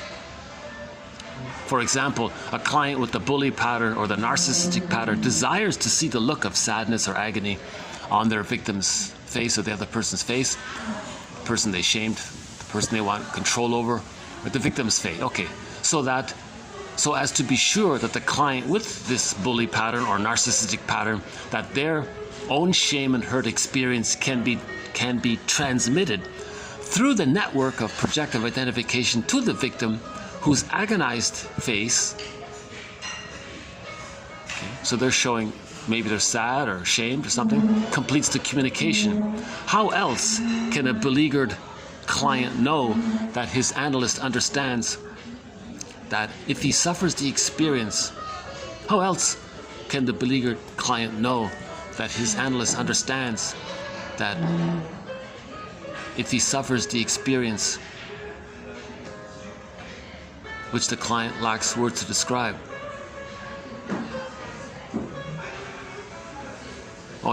How else can the troubled client know that his analyst understands if he suffers the experience which the client lacks words to describe, right? So the client feels something, he lacks words to describe it, he wants to coax the others to physically demonstrate it. So in the bully pattern, they were shamed and hurt. They want the victim to demonstrate in their face that they're shamed and hurt. Then they feel, oh, okay, mother is feeling what I'm feeling. Will mother soothe me? But the victim is not the mother. It doesn't work. So the bully rolled the bowl up the hill, shamed the other. The victim, the lackey or whatever, cannot provide that neural networking that took place in babyhood time. Time is a one-way ticket. They can't travel back in a time machine. So it didn't work. The boulder rolls down the hill. Again, like Sisyphus, he's going to do it again and again until he becomes conscious of it. So repetition compulsion, the repetition compulsion of projective identification over and over again is synonymous with trauma. So the person with the bully pattern has the trauma of not getting the maternal holding environment. Okay, so now would be a good point to watch the last video. The last few videos talked about this.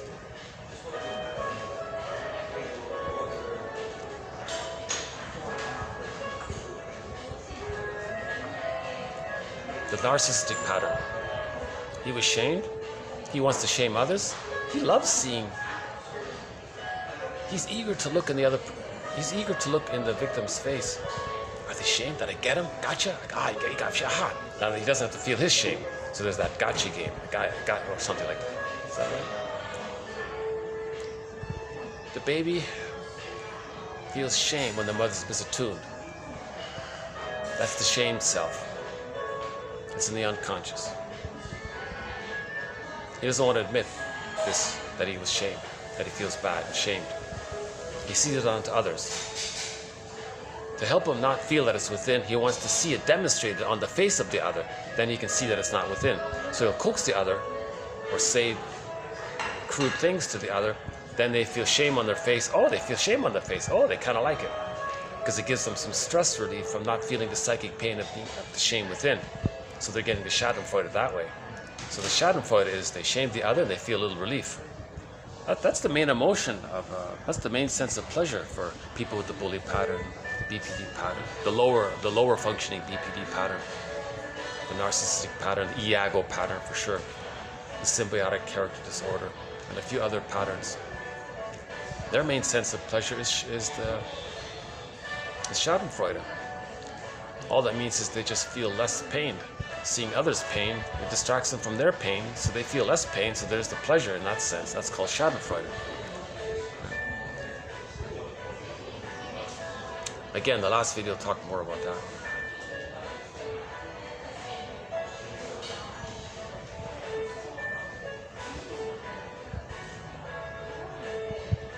Yeah, if the person with the bully pattern was victimized, and they were crying as a child, and that's repressed, they might want to see the other one cry, and they feel a little relief by that, because they're expressing what they can't feel. Maybe the person as a baby wanted to cry, or they couldn't cry. They were punished for wanting to cry. Don't cry. So they want someone, or seeing someone else cry triggers how they want to cry, so they can't handle that. So maybe it's even that's too much for them. So it doesn't work. Projective identification does not work. No person in the present has a time machine to take the two people back to the scene of the crime in the nursery. The other person with the time machine morphs into the young mother. The person morphs into the baby, into their arms.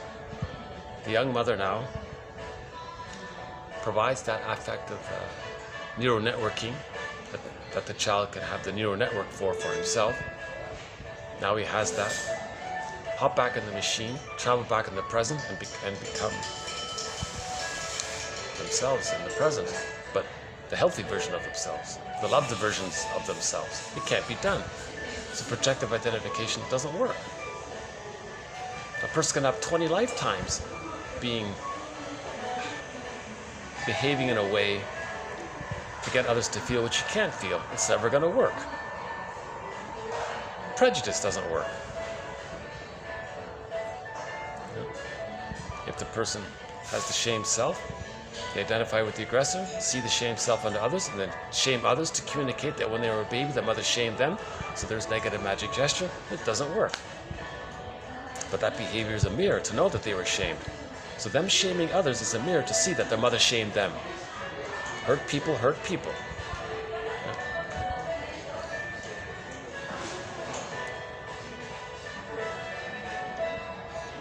Okay, maybe I'll just leave it at that for projective identification for now.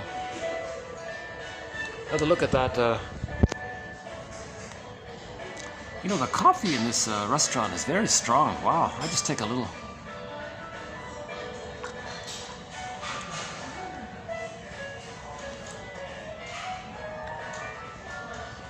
Hey, wait a second. Are they gone? Still there. Right beside me. Well, there's no other real place I can go. So it's really just me and that couple. Oh no, there's another guy there. Oh, we're doing more or less okay here. Let's just finish this video. How are we doing here?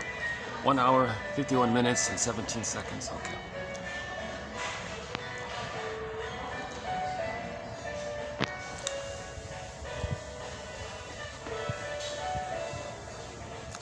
Why don't I just take like a little break, and then I'll come back and pick up with what needs to be said from yesterday, because that's going to take a few minutes. So hold on a sec.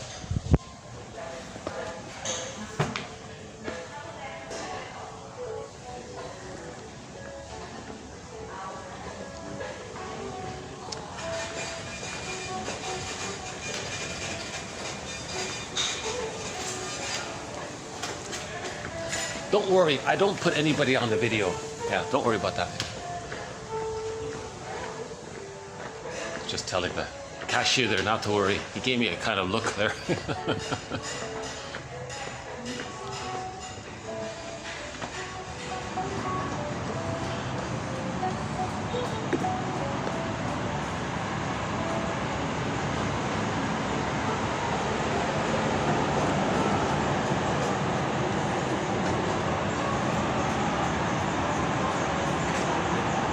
Where's the little gecko? Right.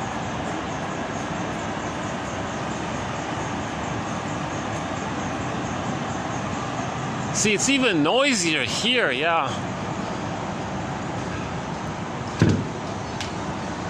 See, it's even noisier here, eh?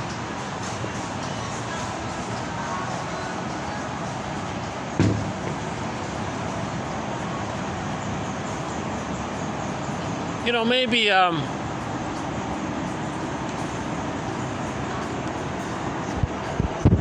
maybe I can do it here for a little while. So here's where I was going.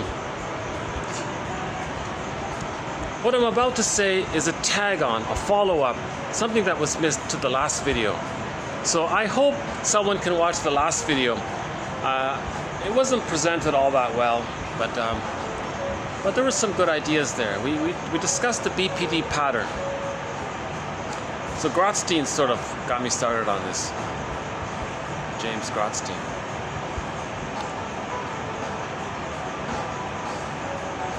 And we're going with the hypotheses that there are two, maybe BPD patterns. We're just experimenting with this. Again, this is sort of early in our thread on that. So we have a chapter on the BPD pattern, but we're in the very early stages of it. Grotstein says the BPD pattern is a flipping back and forth between the bully pattern and the narcissistic pattern. So I'm calling that the Swiss cheese narcissistic pattern. The person with the narcissistic pattern is very bonded to the mother, but it's a negative connection, so they're always angry. That's why they're consistent in their hostility, consistent in their cynicism and their pessimism and so on.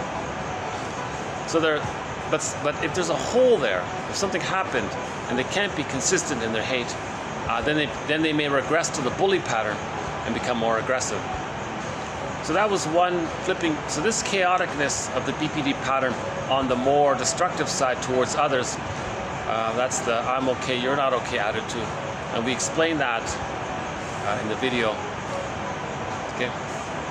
So that's one type of BPD pattern. Another BPD pattern we're calling the Swiss cheese codependent pattern. The codependent pattern has arrested development between later on, between 18 months and 36 months. So love and gratitude have partially entered the psychological picture. They've partially differentiated. They're betwixt in between. They're not middle place there. So they didn't fully get it. But they're halfway there, so to speak. So these are the pleasers and the clingers and all that. Now, there's a Swiss cheese, I'm hypothesizing, what if there's a Swiss cheese version of the codependent pattern? Now, when they're stressed, they fall in the hole and they regress to the Swiss cheese narcissistic pattern. So they can now they can temporarily act in the narcissistic way, lose the I'm not okay, you're okay, think they're okay, you're not okay, or become more aggressive in the bully pattern. But when the codependent pattern regresses to the bully pattern, they tend to hurt themselves, right? So there's a lot of chaos going on with the BPD pattern. So yesterday we did some quotes from the book, I love you, please leave. Just kidding. The book is called I hate you, please don't leave. So it's chaotic there, right? They have wildly exaggerated fears of connecting. At the same time, they can't be alone, so they don't want to be abandoned. So there's a lot of chaos around all that.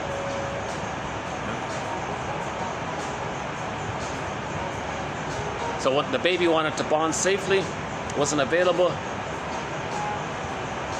Again, when the baby doesn't even see the mother, the baby might think there's no mother anymore. He's abandoned. Huge abandonment anxiety, abandonment depression, the screen painting. But the baby needs to bond. So the trauma's there. So they're replaying that in the present. Transference, Sisyphus, trying to create that mirror we talked about at the very beginning. They're gonna reenact their childhood in the present. Now with their conscious mind, they can see what their childhood was like, because they're recreating in the present for them to know what happened in the past in the effort to make the unconscious conscious. Yeah? So in the present, they have exaggerated fears of connecting. They think they're going to be impinged upon and hurt by the other. Sometimes the mother is too impinging and demanding, rejecting and so on.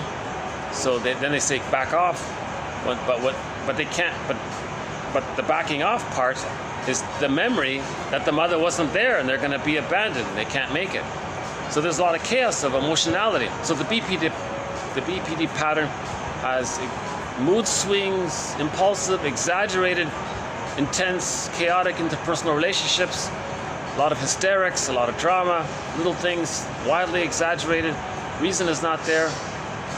We had that quote where the guy said, one medical doctor from the 1700s said, let's see if I can remember it, those with the BPD pattern are going to love without measure those whom they're going to hate without reason. That sort of conveys the BPD phenomenon. Okay, so in other words, the earlier part, the fusion between the bully pattern and the narcissistic pattern, the paranoid schizoid mode of experiencing. Okay, the I'm okay, you're not okay. Now when they say I'm okay, they're talking about taking refuge in the lost paradise. When they were babies, all babies felt they were little gods. Right? So the image of themselves is the ideal self. That they were little gods, so they say they're okay. Now, at the same time, they can't handle the frightening mother. They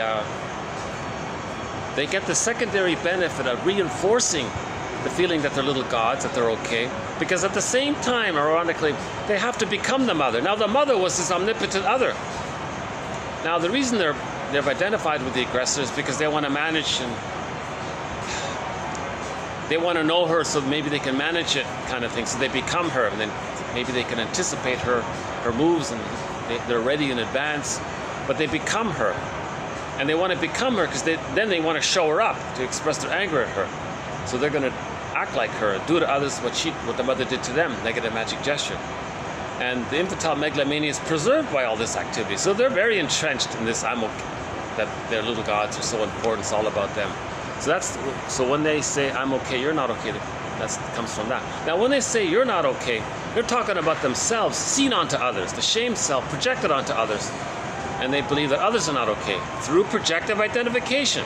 Projective identification. Others have that identity of yourself that you can't accept. You felt shame, bad. They are shamed and bad, so they're no good. That's a projection of, that's called projective identification. So they're using projective identification, right? So all of these patterns are using projective identification, by the way, but it's way more pronounced and way more characterological, they said, part of who they are, so to speak. Ego, what is it called? Ego, syntonic. It's just so ingrained in their personality. They're constantly doing it. Someone said they constantly have transference neurosis or something like that. They're constantly projecting intensely like that. So projective identification helps in this area, right? So those first two, right? The bully pattern, the narcissistic pattern, that's trauma before 18 months. Okay? So the summary is the flipping back and forth between the two. Now, if they can pass 18 months and still hold on to the original I'm not okay, all babies start off thinking they're not okay. Because they must make the mother think that they're okay, and in correspondence they're not okay. They accept the blame. Right? That's the theory. So all babies start off with I'm not okay.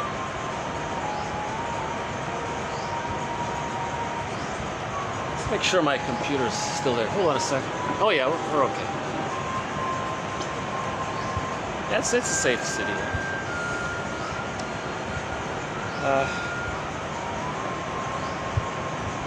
Where are we? Okay. So, for more on that, please go to yesterday's video about so-called lower functioning BPD. Now, the so-called higher functioning BPD, where they can love others, maybe they're like Ally McBeal in that show a little bit, or they can't be caring for others. But they can be very dramatic. If it's the woman or the man, always looking for Mr. Perfect, Mr. Right, Mrs. Right. There's an exaggeration in that perfect area. So they have over-idealization and subtly devaluation. Right? After these chaotic, intense relationships, they can't be friends with them. It brings up too much emotions. So yeah, they don't have. It's either or, all or nothing. These kinds of relationships. But if the child doesn't get fixated at the bully pattern stage between birth and 5 months, if the child doesn't get fixated at the narcissistic pattern stage up until 18 months, so if he is sort of loved enough and he can start to differentiate at 18, so he can start to lose the infantile megalomania. Right? So he can lose the infantile at 18. At 18 months, infantile megalomania dissipates. So he can start to lose. So he's differentiating even further. The differentiation process is sort of gradual between 5 months and 36 months. So he's halfway there between 18 months and 36 months. If he's stuck there, he still holds on to an exaggerated I'm not okay, others are okay. That's the baby. That's the original babyhood mentality. The bully pattern, the narcissistic pattern, the schizoid, all these other ones, the Iago ones, they give up on that. They can't do it. They identify with the aggressor. The person with the codependent pattern is still holding on to themselves. They say, I'm not okay. That's close to the truth, that they are shamed, and they're accepting themselves. They're accepting that they're shamed, and they can still do it. So there's still more, there's a lot more hope there. So they're more optimistic. They're hurt, but they're optimistic. So that's the I'm not okay, you're okay. Now here's the point that was missing from the last video. Masterson says, for those latter ones with the Swiss cheese codependent pattern, you can give interpretations easily. You can challenge and question their rationalizations easily, and you can form a therapeutic alliance with them because they're curious, they want to learn, they want to grow, they're not that defensive. They want to grow. They've grown halfway psychologically. They want to finish it. They're eager to finish it. So they're hungry for that kind of development. So they do what's called clarification, so-called confrontation. Why this? Why don't you? Why do? A lot of these why questions, they call them confrontations. Why would you do that if that's not going to be helpful? Yeah, why would I do that? So they're in interpretation. It's food for thought. So you can do the therapy process easily, more actively, with the Swiss cheese codependent pattern. So they're easier to heal that way. Now Masterson says for that earlier ones, you got to have a different approach for them. He describes this different approach in his books. He calls it mirroring interpretation of narcissistic vulnerability. It's a different kind of interpretation. It's something that Masterson kind of works on. So that's the point, that there's different ways to, because remember, the narcissistic pattern, the bully pattern, they can't take feedback. They don't want food for thought. They're little gods, they know it all. They want magical solutions or something. So that's the point. So Masterson makes a huge contribution also in this area of so-called treatment. The higher functioning ones, go ahead.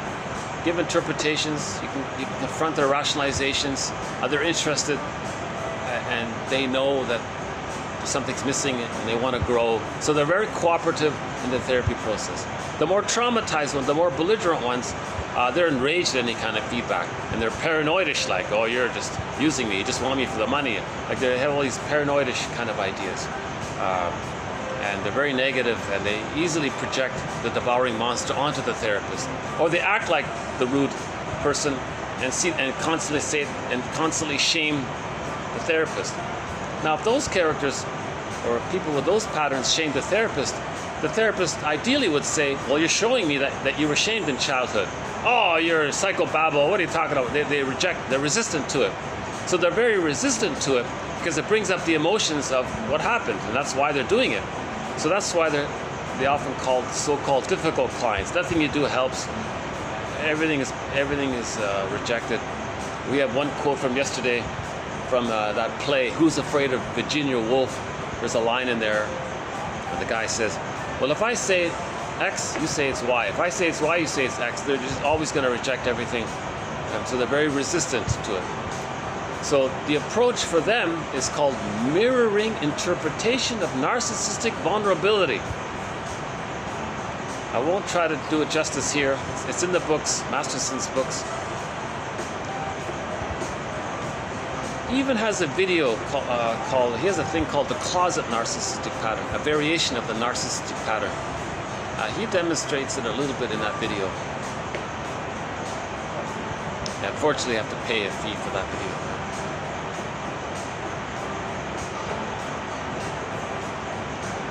Okay, so I think I covered what I planned to cover today. So in this video, we added a quote to our thread on projective identification, TQ 2271 by Maroda. I find her to be a sincere, hardworking, very caring, very diligent, hardworking therapist. My impression is, yeah, she's in the process, but she's really on that journey.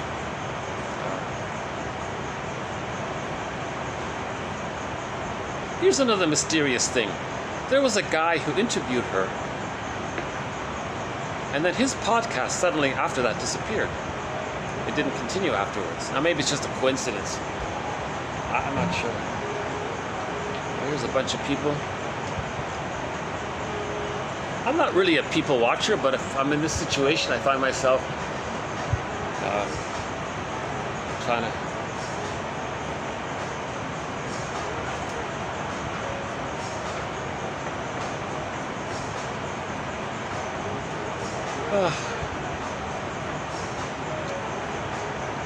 Wow, that's a really strong coffee. I think they put espresso. I don't think that's regular coffee. You know, sometimes never mind the coffee.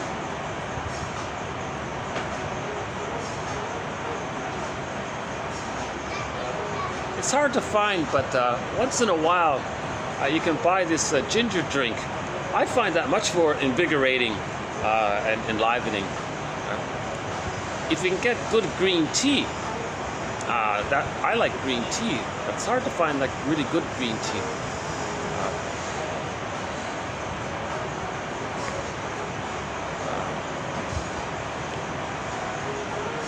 Okay, I think this group wants to use this area, so why don't I just go back in and wrap things up. You know what I'll do? I'll get my computer, find a place to play our closing song. Oh no, they're leaving.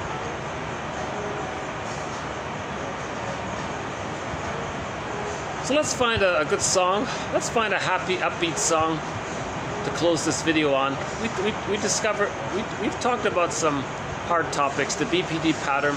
That's an emotion. You know what's ironic? Another thought I had after I finished that video, that the topic, discussing the very topic of the BPD pattern evokes that craziness of it. I feel a little this chaoticness. Just talking about it. It's a tough topic, right? Trying to understand the BPD pattern. Right? They're reliving something they desperately needed but didn't get. Not wanting to feel the abandonment because they believed that they were going to be abandoned during the times when they couldn't see mother. So they're reliving all this chaos, right? And they're angry that they can't, that their tactics don't work. So they roll the ball up the hill. I love you, you're perfect, now change. They try to get the other one to change. That didn't work. The ball rolled down, they're doing it again. So that's my current interpretation of Sisyphus. It's a symbol for repetition compulsion. Showing, redoing the past and the present. It didn't work, you do it again and again. Now the purpose of the Sisyphus image is that if we say it's a sign of repetition compulsion, and repetition compulsion is synonymous with trauma, then Sisyphus is synonymous with trauma. Right? Basically. I think that's reasonably logical. If A equals B and B equals C, then A equals C, right? There may be some overlap there, yeah, it's general and specific. So we covered some challenging material, the BPD pattern and projective identification. Because when we talk about projective identification, it brings up the sadness that the mother didn't offer the self-soothing functions that the person can have. So in other words, anybody who's anxious in their life, it means they weren't held by their mother. Or if the mother did hold the baby, they used the baby to soothe them. Now the baby didn't learn how to soothe themselves because the mother never soothed the baby. The mother was using the Jocasta style of mothering. The Jocasta style of mothering is when the mother says, aha, she's going to use a baby as a parent for her. Because when she was a baby, she needed the mother to respond to her, to see her, to respect her, to be attentive to her. Now she's going to get the baby to do those things. She says, at last, now someone's going to respond to me. Be it my, attend to me, listen to me, need me, respect me. So she rewards the child's illness because she wants to promote dependency. So every time the child's in trouble, they run to mother. The mother feels important. Oh, you need me, you see me, oh, I'm important. So that's called the Jocasta style of mothering. Now at the same time, they're shaming the baby by this because these mothers want to communicate that when they were a baby, the mother shamed them.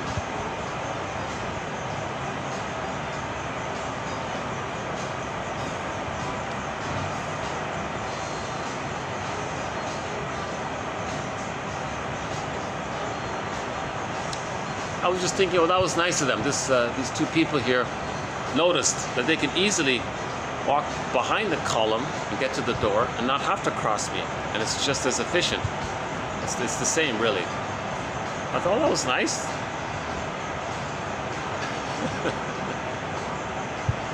A trippy little thing. So maybe they thought, well, let's not interrupt that guy on talking on the phone or something, making his video. Maybe they felt when they were children that the mother said, you know, you're interrupting me. So something can trigger people, right? Or it was just a reasonable, practical, considerate choice. Yeah, okay, let's choose this path. It's easy for us, and it gives the guy his privacy to make his video. Or it could just be like a reasonable, normal thing to do, right? It's hard to tell what's going on underneath.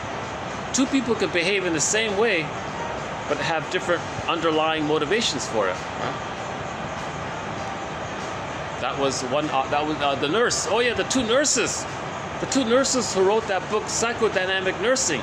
That was their introduction. That was their introductory way to teach nurses that there is such a thing as the unconscious. That two people can behave superficially, or say the same things, but what's going on? Why it could be different.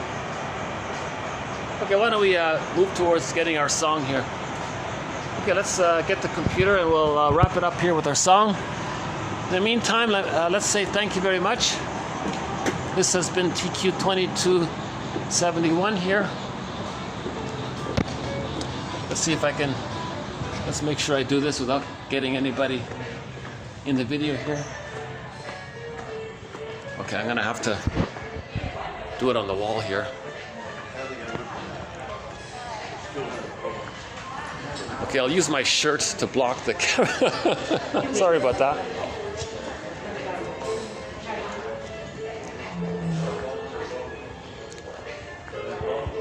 Okay. Okay, so let's get the... Am I locked out here? Hold on a sec. Oh, okay, hang on a sec. I need to unlock this. Give me a second here.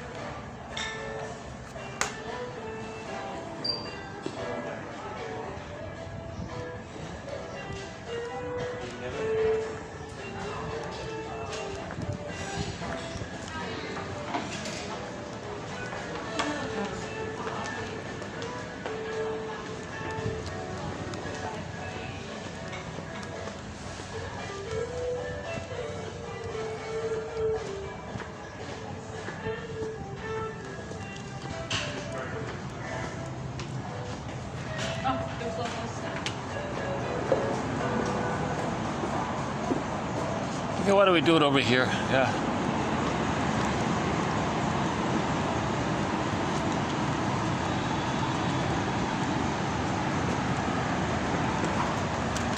I used to always prepare the song that we're going to play, but oh, there's the side. Oh, we could play a song from the Odyssey. From the sound. That's a great soundtrack. The Odyssey starring Armand Assante.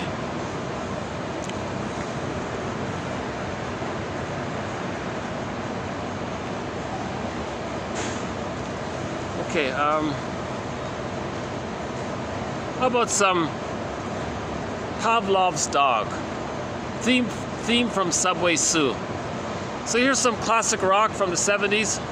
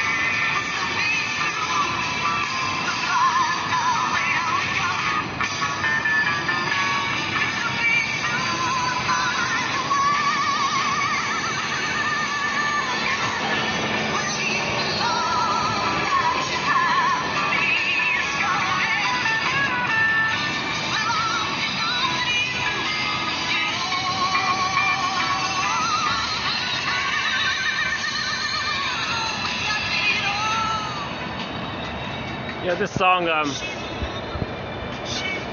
he's saying he's confused about relationships. And he says, someday soon, I'm going to figure this relationship thing out. Someday soon. So he has hope. He's learning. Someday soon. Here's David Surkamp.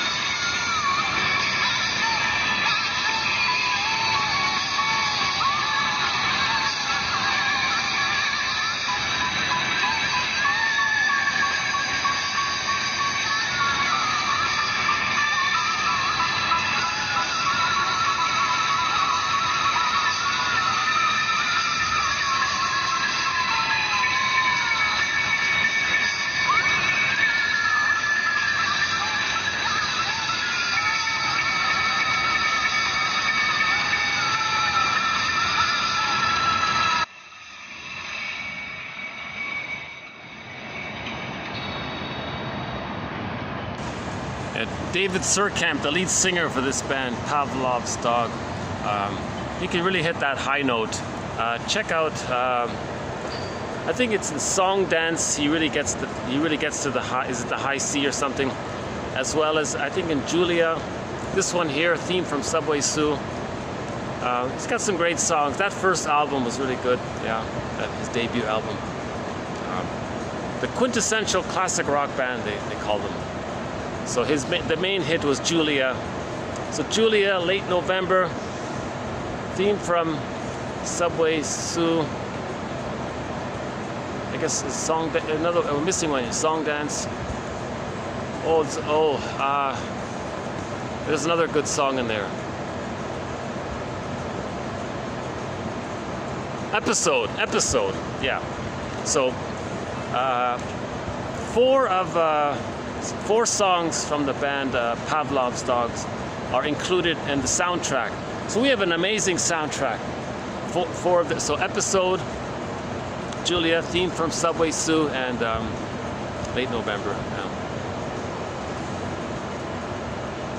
Yeah, so in this song here, he was saying, someday soon, there's a little pussy cat. I see that cat.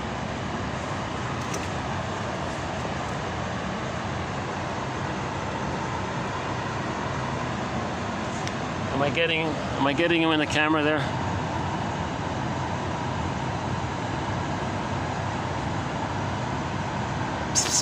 Nope. There he goes, huh?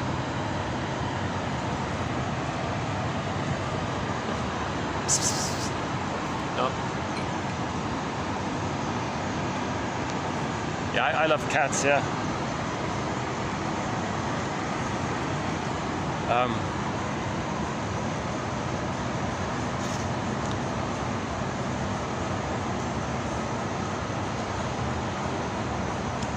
What did you say? Before the cat came along. Oh, yeah, the song. Yeah, he was saying, someday soon we'll figure this love thing out. So he has sort of hope. He's learning. Actually, the song was supposed to be called Someday Soon, and he says that in the song, Someday Soon. And he tells the story in his concerts that when he was saying it out loud for his friend to write down the lyrics, there was some kind of typo or misunderstanding, and Surkamp read it back, and it said, Subway Sue, theme from Subway Sue. What are you talking about? Where'd you get this? I said, someday soon. Oh, really? Surkamp said, oh, let's just leave it. What the hell? So the song is called Theme from Subway Sue. So maybe we can say somebody's named. Sort of a silly thing. The theme, yeah. So the theme from Subway Sue. In the song, you hear someday soon. We'll find out where we're going. We'll find out. We'll understand love. So he's saying we're going to understand love. We're on the journey to understanding love. We're on the journey of healing. Okay? Understanding leads to mourning, leads to forgiving, leads to feeling, leads to identity. I feel, therefore I am. Like in the Odyssey, he got back to Ithaca. That's within his soul castle. Yeah? And the feelings are there. So I'll just end it up here for now, I guess. Any final?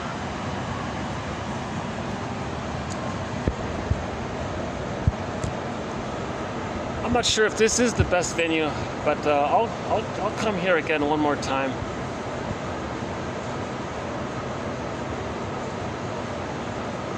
I'm always on the search for a good venue to do these videos. Those videos that I did in the summer, oh my God, most of them were done outdoors. We saw the heron fly by, the Canada geese, the loons. Yeah, we had some bees and mosquitoes, that was okay. In some of the earlier videos, we have some blue jays in the video. I think there's one video with the fox hopping on the table. So we just had one glimpse of the fox. And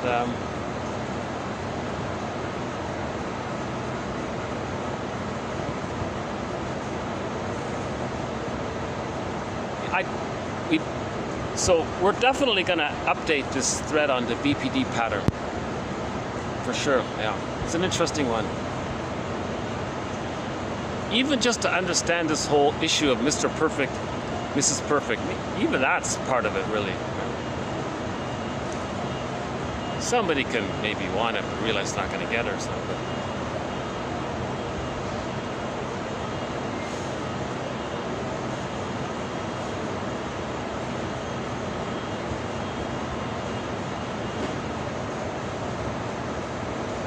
So people with the BPD pattern are very much engaged in today's video. Projective identification, coaxing you to feel things that you didn't want to feel or need to feel. So they're not relating to you in a mutual two-person situation. They're just using the other person as a conduit for what they're feeling, hoping in their fantasy that the other person gets it. It says, oh, this person is projecting what they can't feel. That means they didn't get the neural networking with their mother. Oh, and the friend says, let's invent a time machine, travel back, it's not gonna, and offer what they needed. So it's a cry for love. It's, in other words, projective identification is a cry for the love network of soothing that they didn't get. How's that? Projective identification is a communication and a cry and a plea that they're dealing with the pain of not internalizing some kind of love network with the mother, where the mother soothed the baby and then they can soothe themselves. And because of that, they buy a bunch of self-help books and learn how to soothe themselves. So the 5 words, that's not bad. Making I statements, that's another self-help exercise. That's pretty good, making I statements. Making I statements, that's really key, that's really huge. That's the most important self-help exercise, making I statements. And we have a whole thread on this, how to make an I statement. For convenience, it's based on Marshall Rosenberg's rendition of the I statement, which he calls OFNR, an acronym, OFNR. O is the observation, so the O and the R are for the present. The F and the N are the feelings and the needs from childhood. The O is the trigger. It reminds you of something in childhood. Then you make a request in the present. I won't do an example here. How are we doing here? 2 hours, 31 minutes, and 18 seconds. Yeah?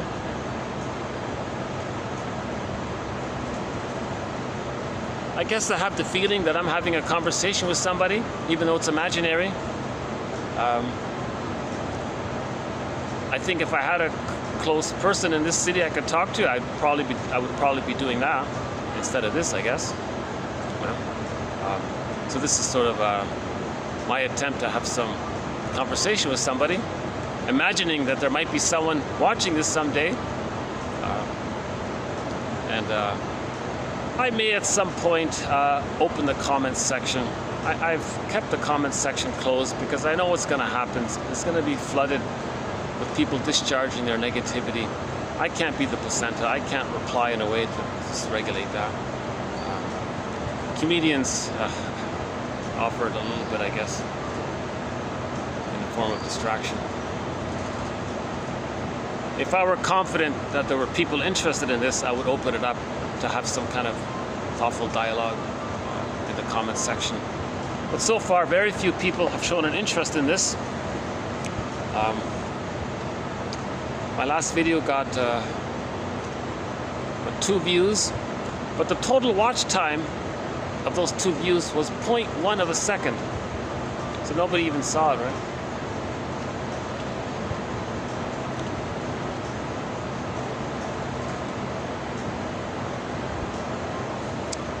Yeah, what I'm just seeing there could be a topic for another video, but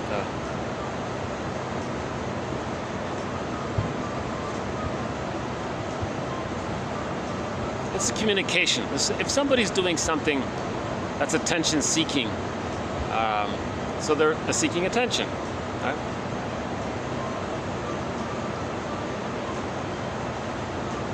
Now, the way they're seeking attention, maybe it's to demonstrate that they're looking for somebody to control. That's the bully pattern.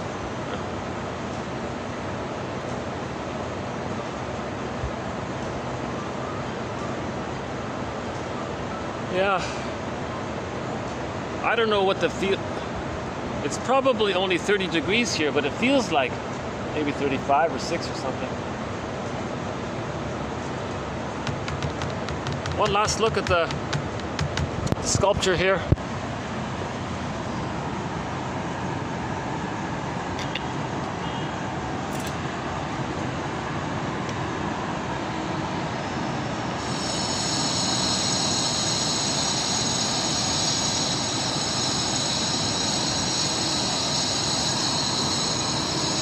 So this is all it's very maternal, these sculptures. Round, curvy, smooth. Oh, there's that little cat. He must be some kind of stray cat or an alley cat or something, eh? Am I getting him on the cat? You know, sometimes you gotta hold this thing on an angle in order to see the thing, in order to see what you're...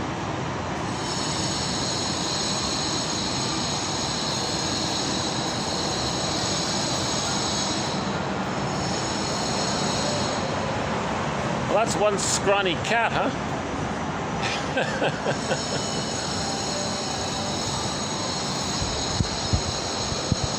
Okay, so we've added 2 new companion animals to 1001 Windmills of the Mind. The gecko, I don't know if you saw, but there was a little tiny gecko here, and the cat. I'm very delighted to add, oh, there he is scratching the... I'm very delighted to add the cat as a companion animal.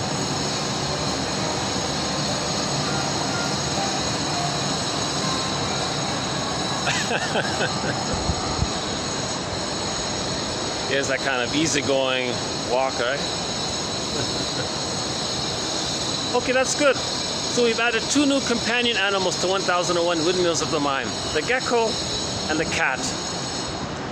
So the complete list is, so far, the bee and the mosquito. So we've had a lot of mosquitoes. A couple of bees. I once had the bee actually land on the phone here, and I could look at the bee while I was talking for about a second before he flew off.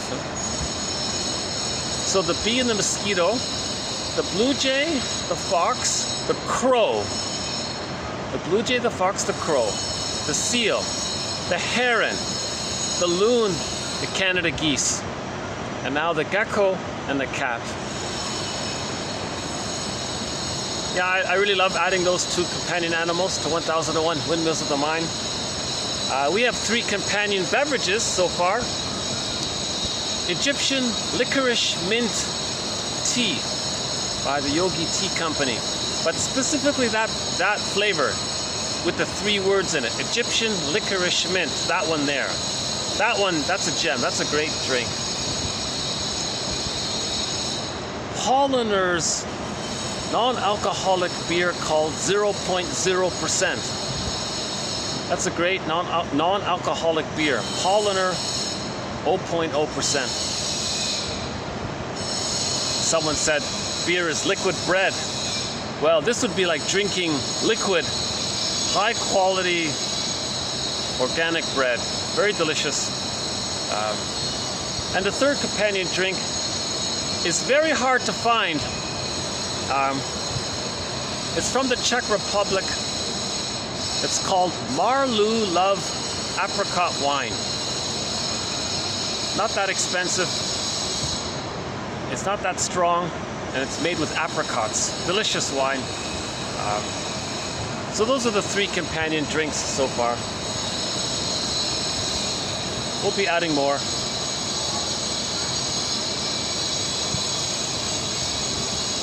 Okay. Well, so I'll just say thanks again one more time, and I'll see you in the next video. Remember the 5 words? Do you remember the 5 words? To self-regulate anxiety? The question prompt? What's the hardest thing about, and fill in the blank. So for me, closing this phone, hitting the stop button, what's the hardest thing about ending this video? The heart is sadness. The hardest thing is my connection to my imaginary audience. There's a departure there, so that any kind of departure is going to trigger departures in the past. So there's a little sadness. So I'm resisting letting go. So I'm clinging. Right? So that's the hardest thing about ending this video. It's being triggered of loss. Right? So that regulates anxiety because it helps to bring consciousness, the unconscious to conscious. So I wasn't aware of why I'm lingering, why am I hesitating ending this video. But I did that simple exercise of the 5 words, and immediately something that I wasn't thinking about, now I'm considering into consciousness and going, okay, that's food for thought. So I'm in the process of bringing that into consciousness, right? So there's an example of regulating anxiety as we use the 5-word exercise, which helps us to bring the unconscious to conscious through the free association. So the 5-word prompt facilitates free association. And that's what they do in the therapy process. The guy free associates. Okay, so let me free associate. Some more? No. Where's that cat? Is he gone already?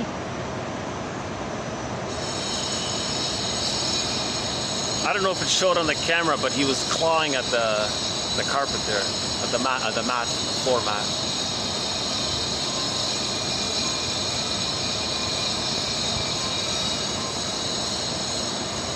Yeah, I'm just enjoying this little peaceful, scenic environment.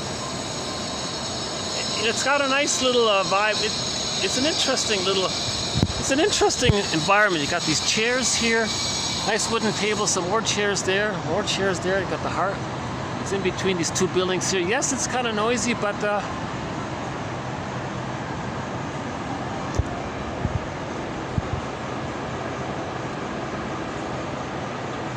any last thoughts here?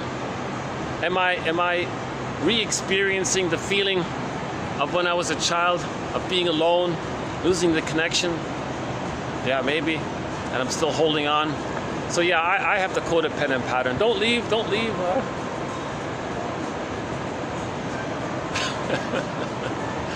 But who am I saying don't leave to? Some imaginary audience who might see this sometime in the future. Don't leave. But in my fantasy, I'm creating a connection somehow. And obviously fantasy does work. Fantasy does stimulate happy chemicals, right? If you fantasize a connection, you feel safer. You get some serotonin, right? Brunning says the little boy who pretends he's Superman, he gets serotonin. The guy who pretends, the teenager who pretends he's a rock star on stage, playing lead guitar, you know. I'm sure David Surkamp, being front and center on the stage, being a rock star, felt the status. You know. And literally, he was on a stage. He was on a one-up podium there. So that's like a symbol of one-up status, right? Everybody's looking at him.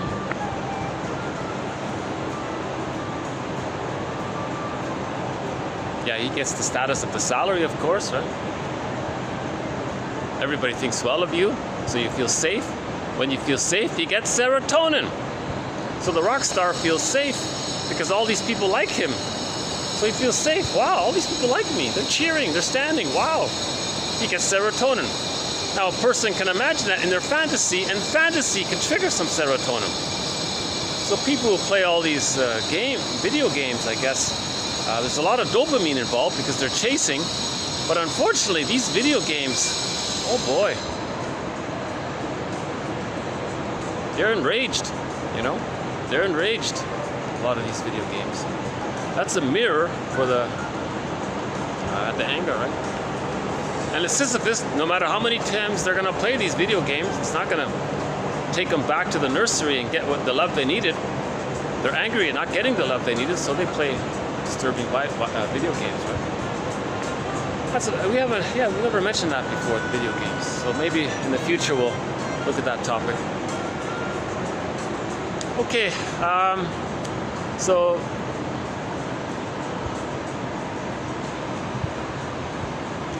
well, nice connecting with you, imaginary audience, wherever you are, in whichever time you are. Somebody might be watching this 10 years from now. At the rate I'm going, it might be 20 years before someone even sees this.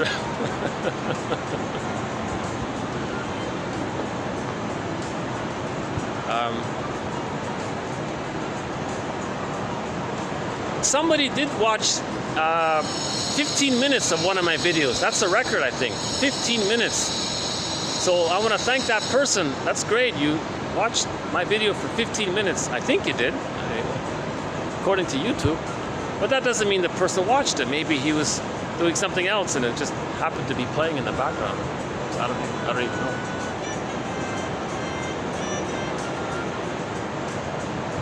So I'm imagining, I'm connecting with somebody, and I'm still feeling that lingering feeling, don't leave. So maybe I can imagine my imaginary someone, my friend saying, was there something else you want to say?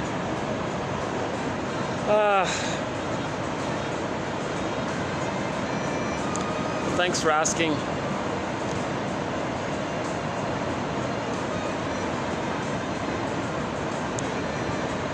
But it's 2 hours, 44 minutes, and 55 seconds now. So let's be realistic and wrap up this video here.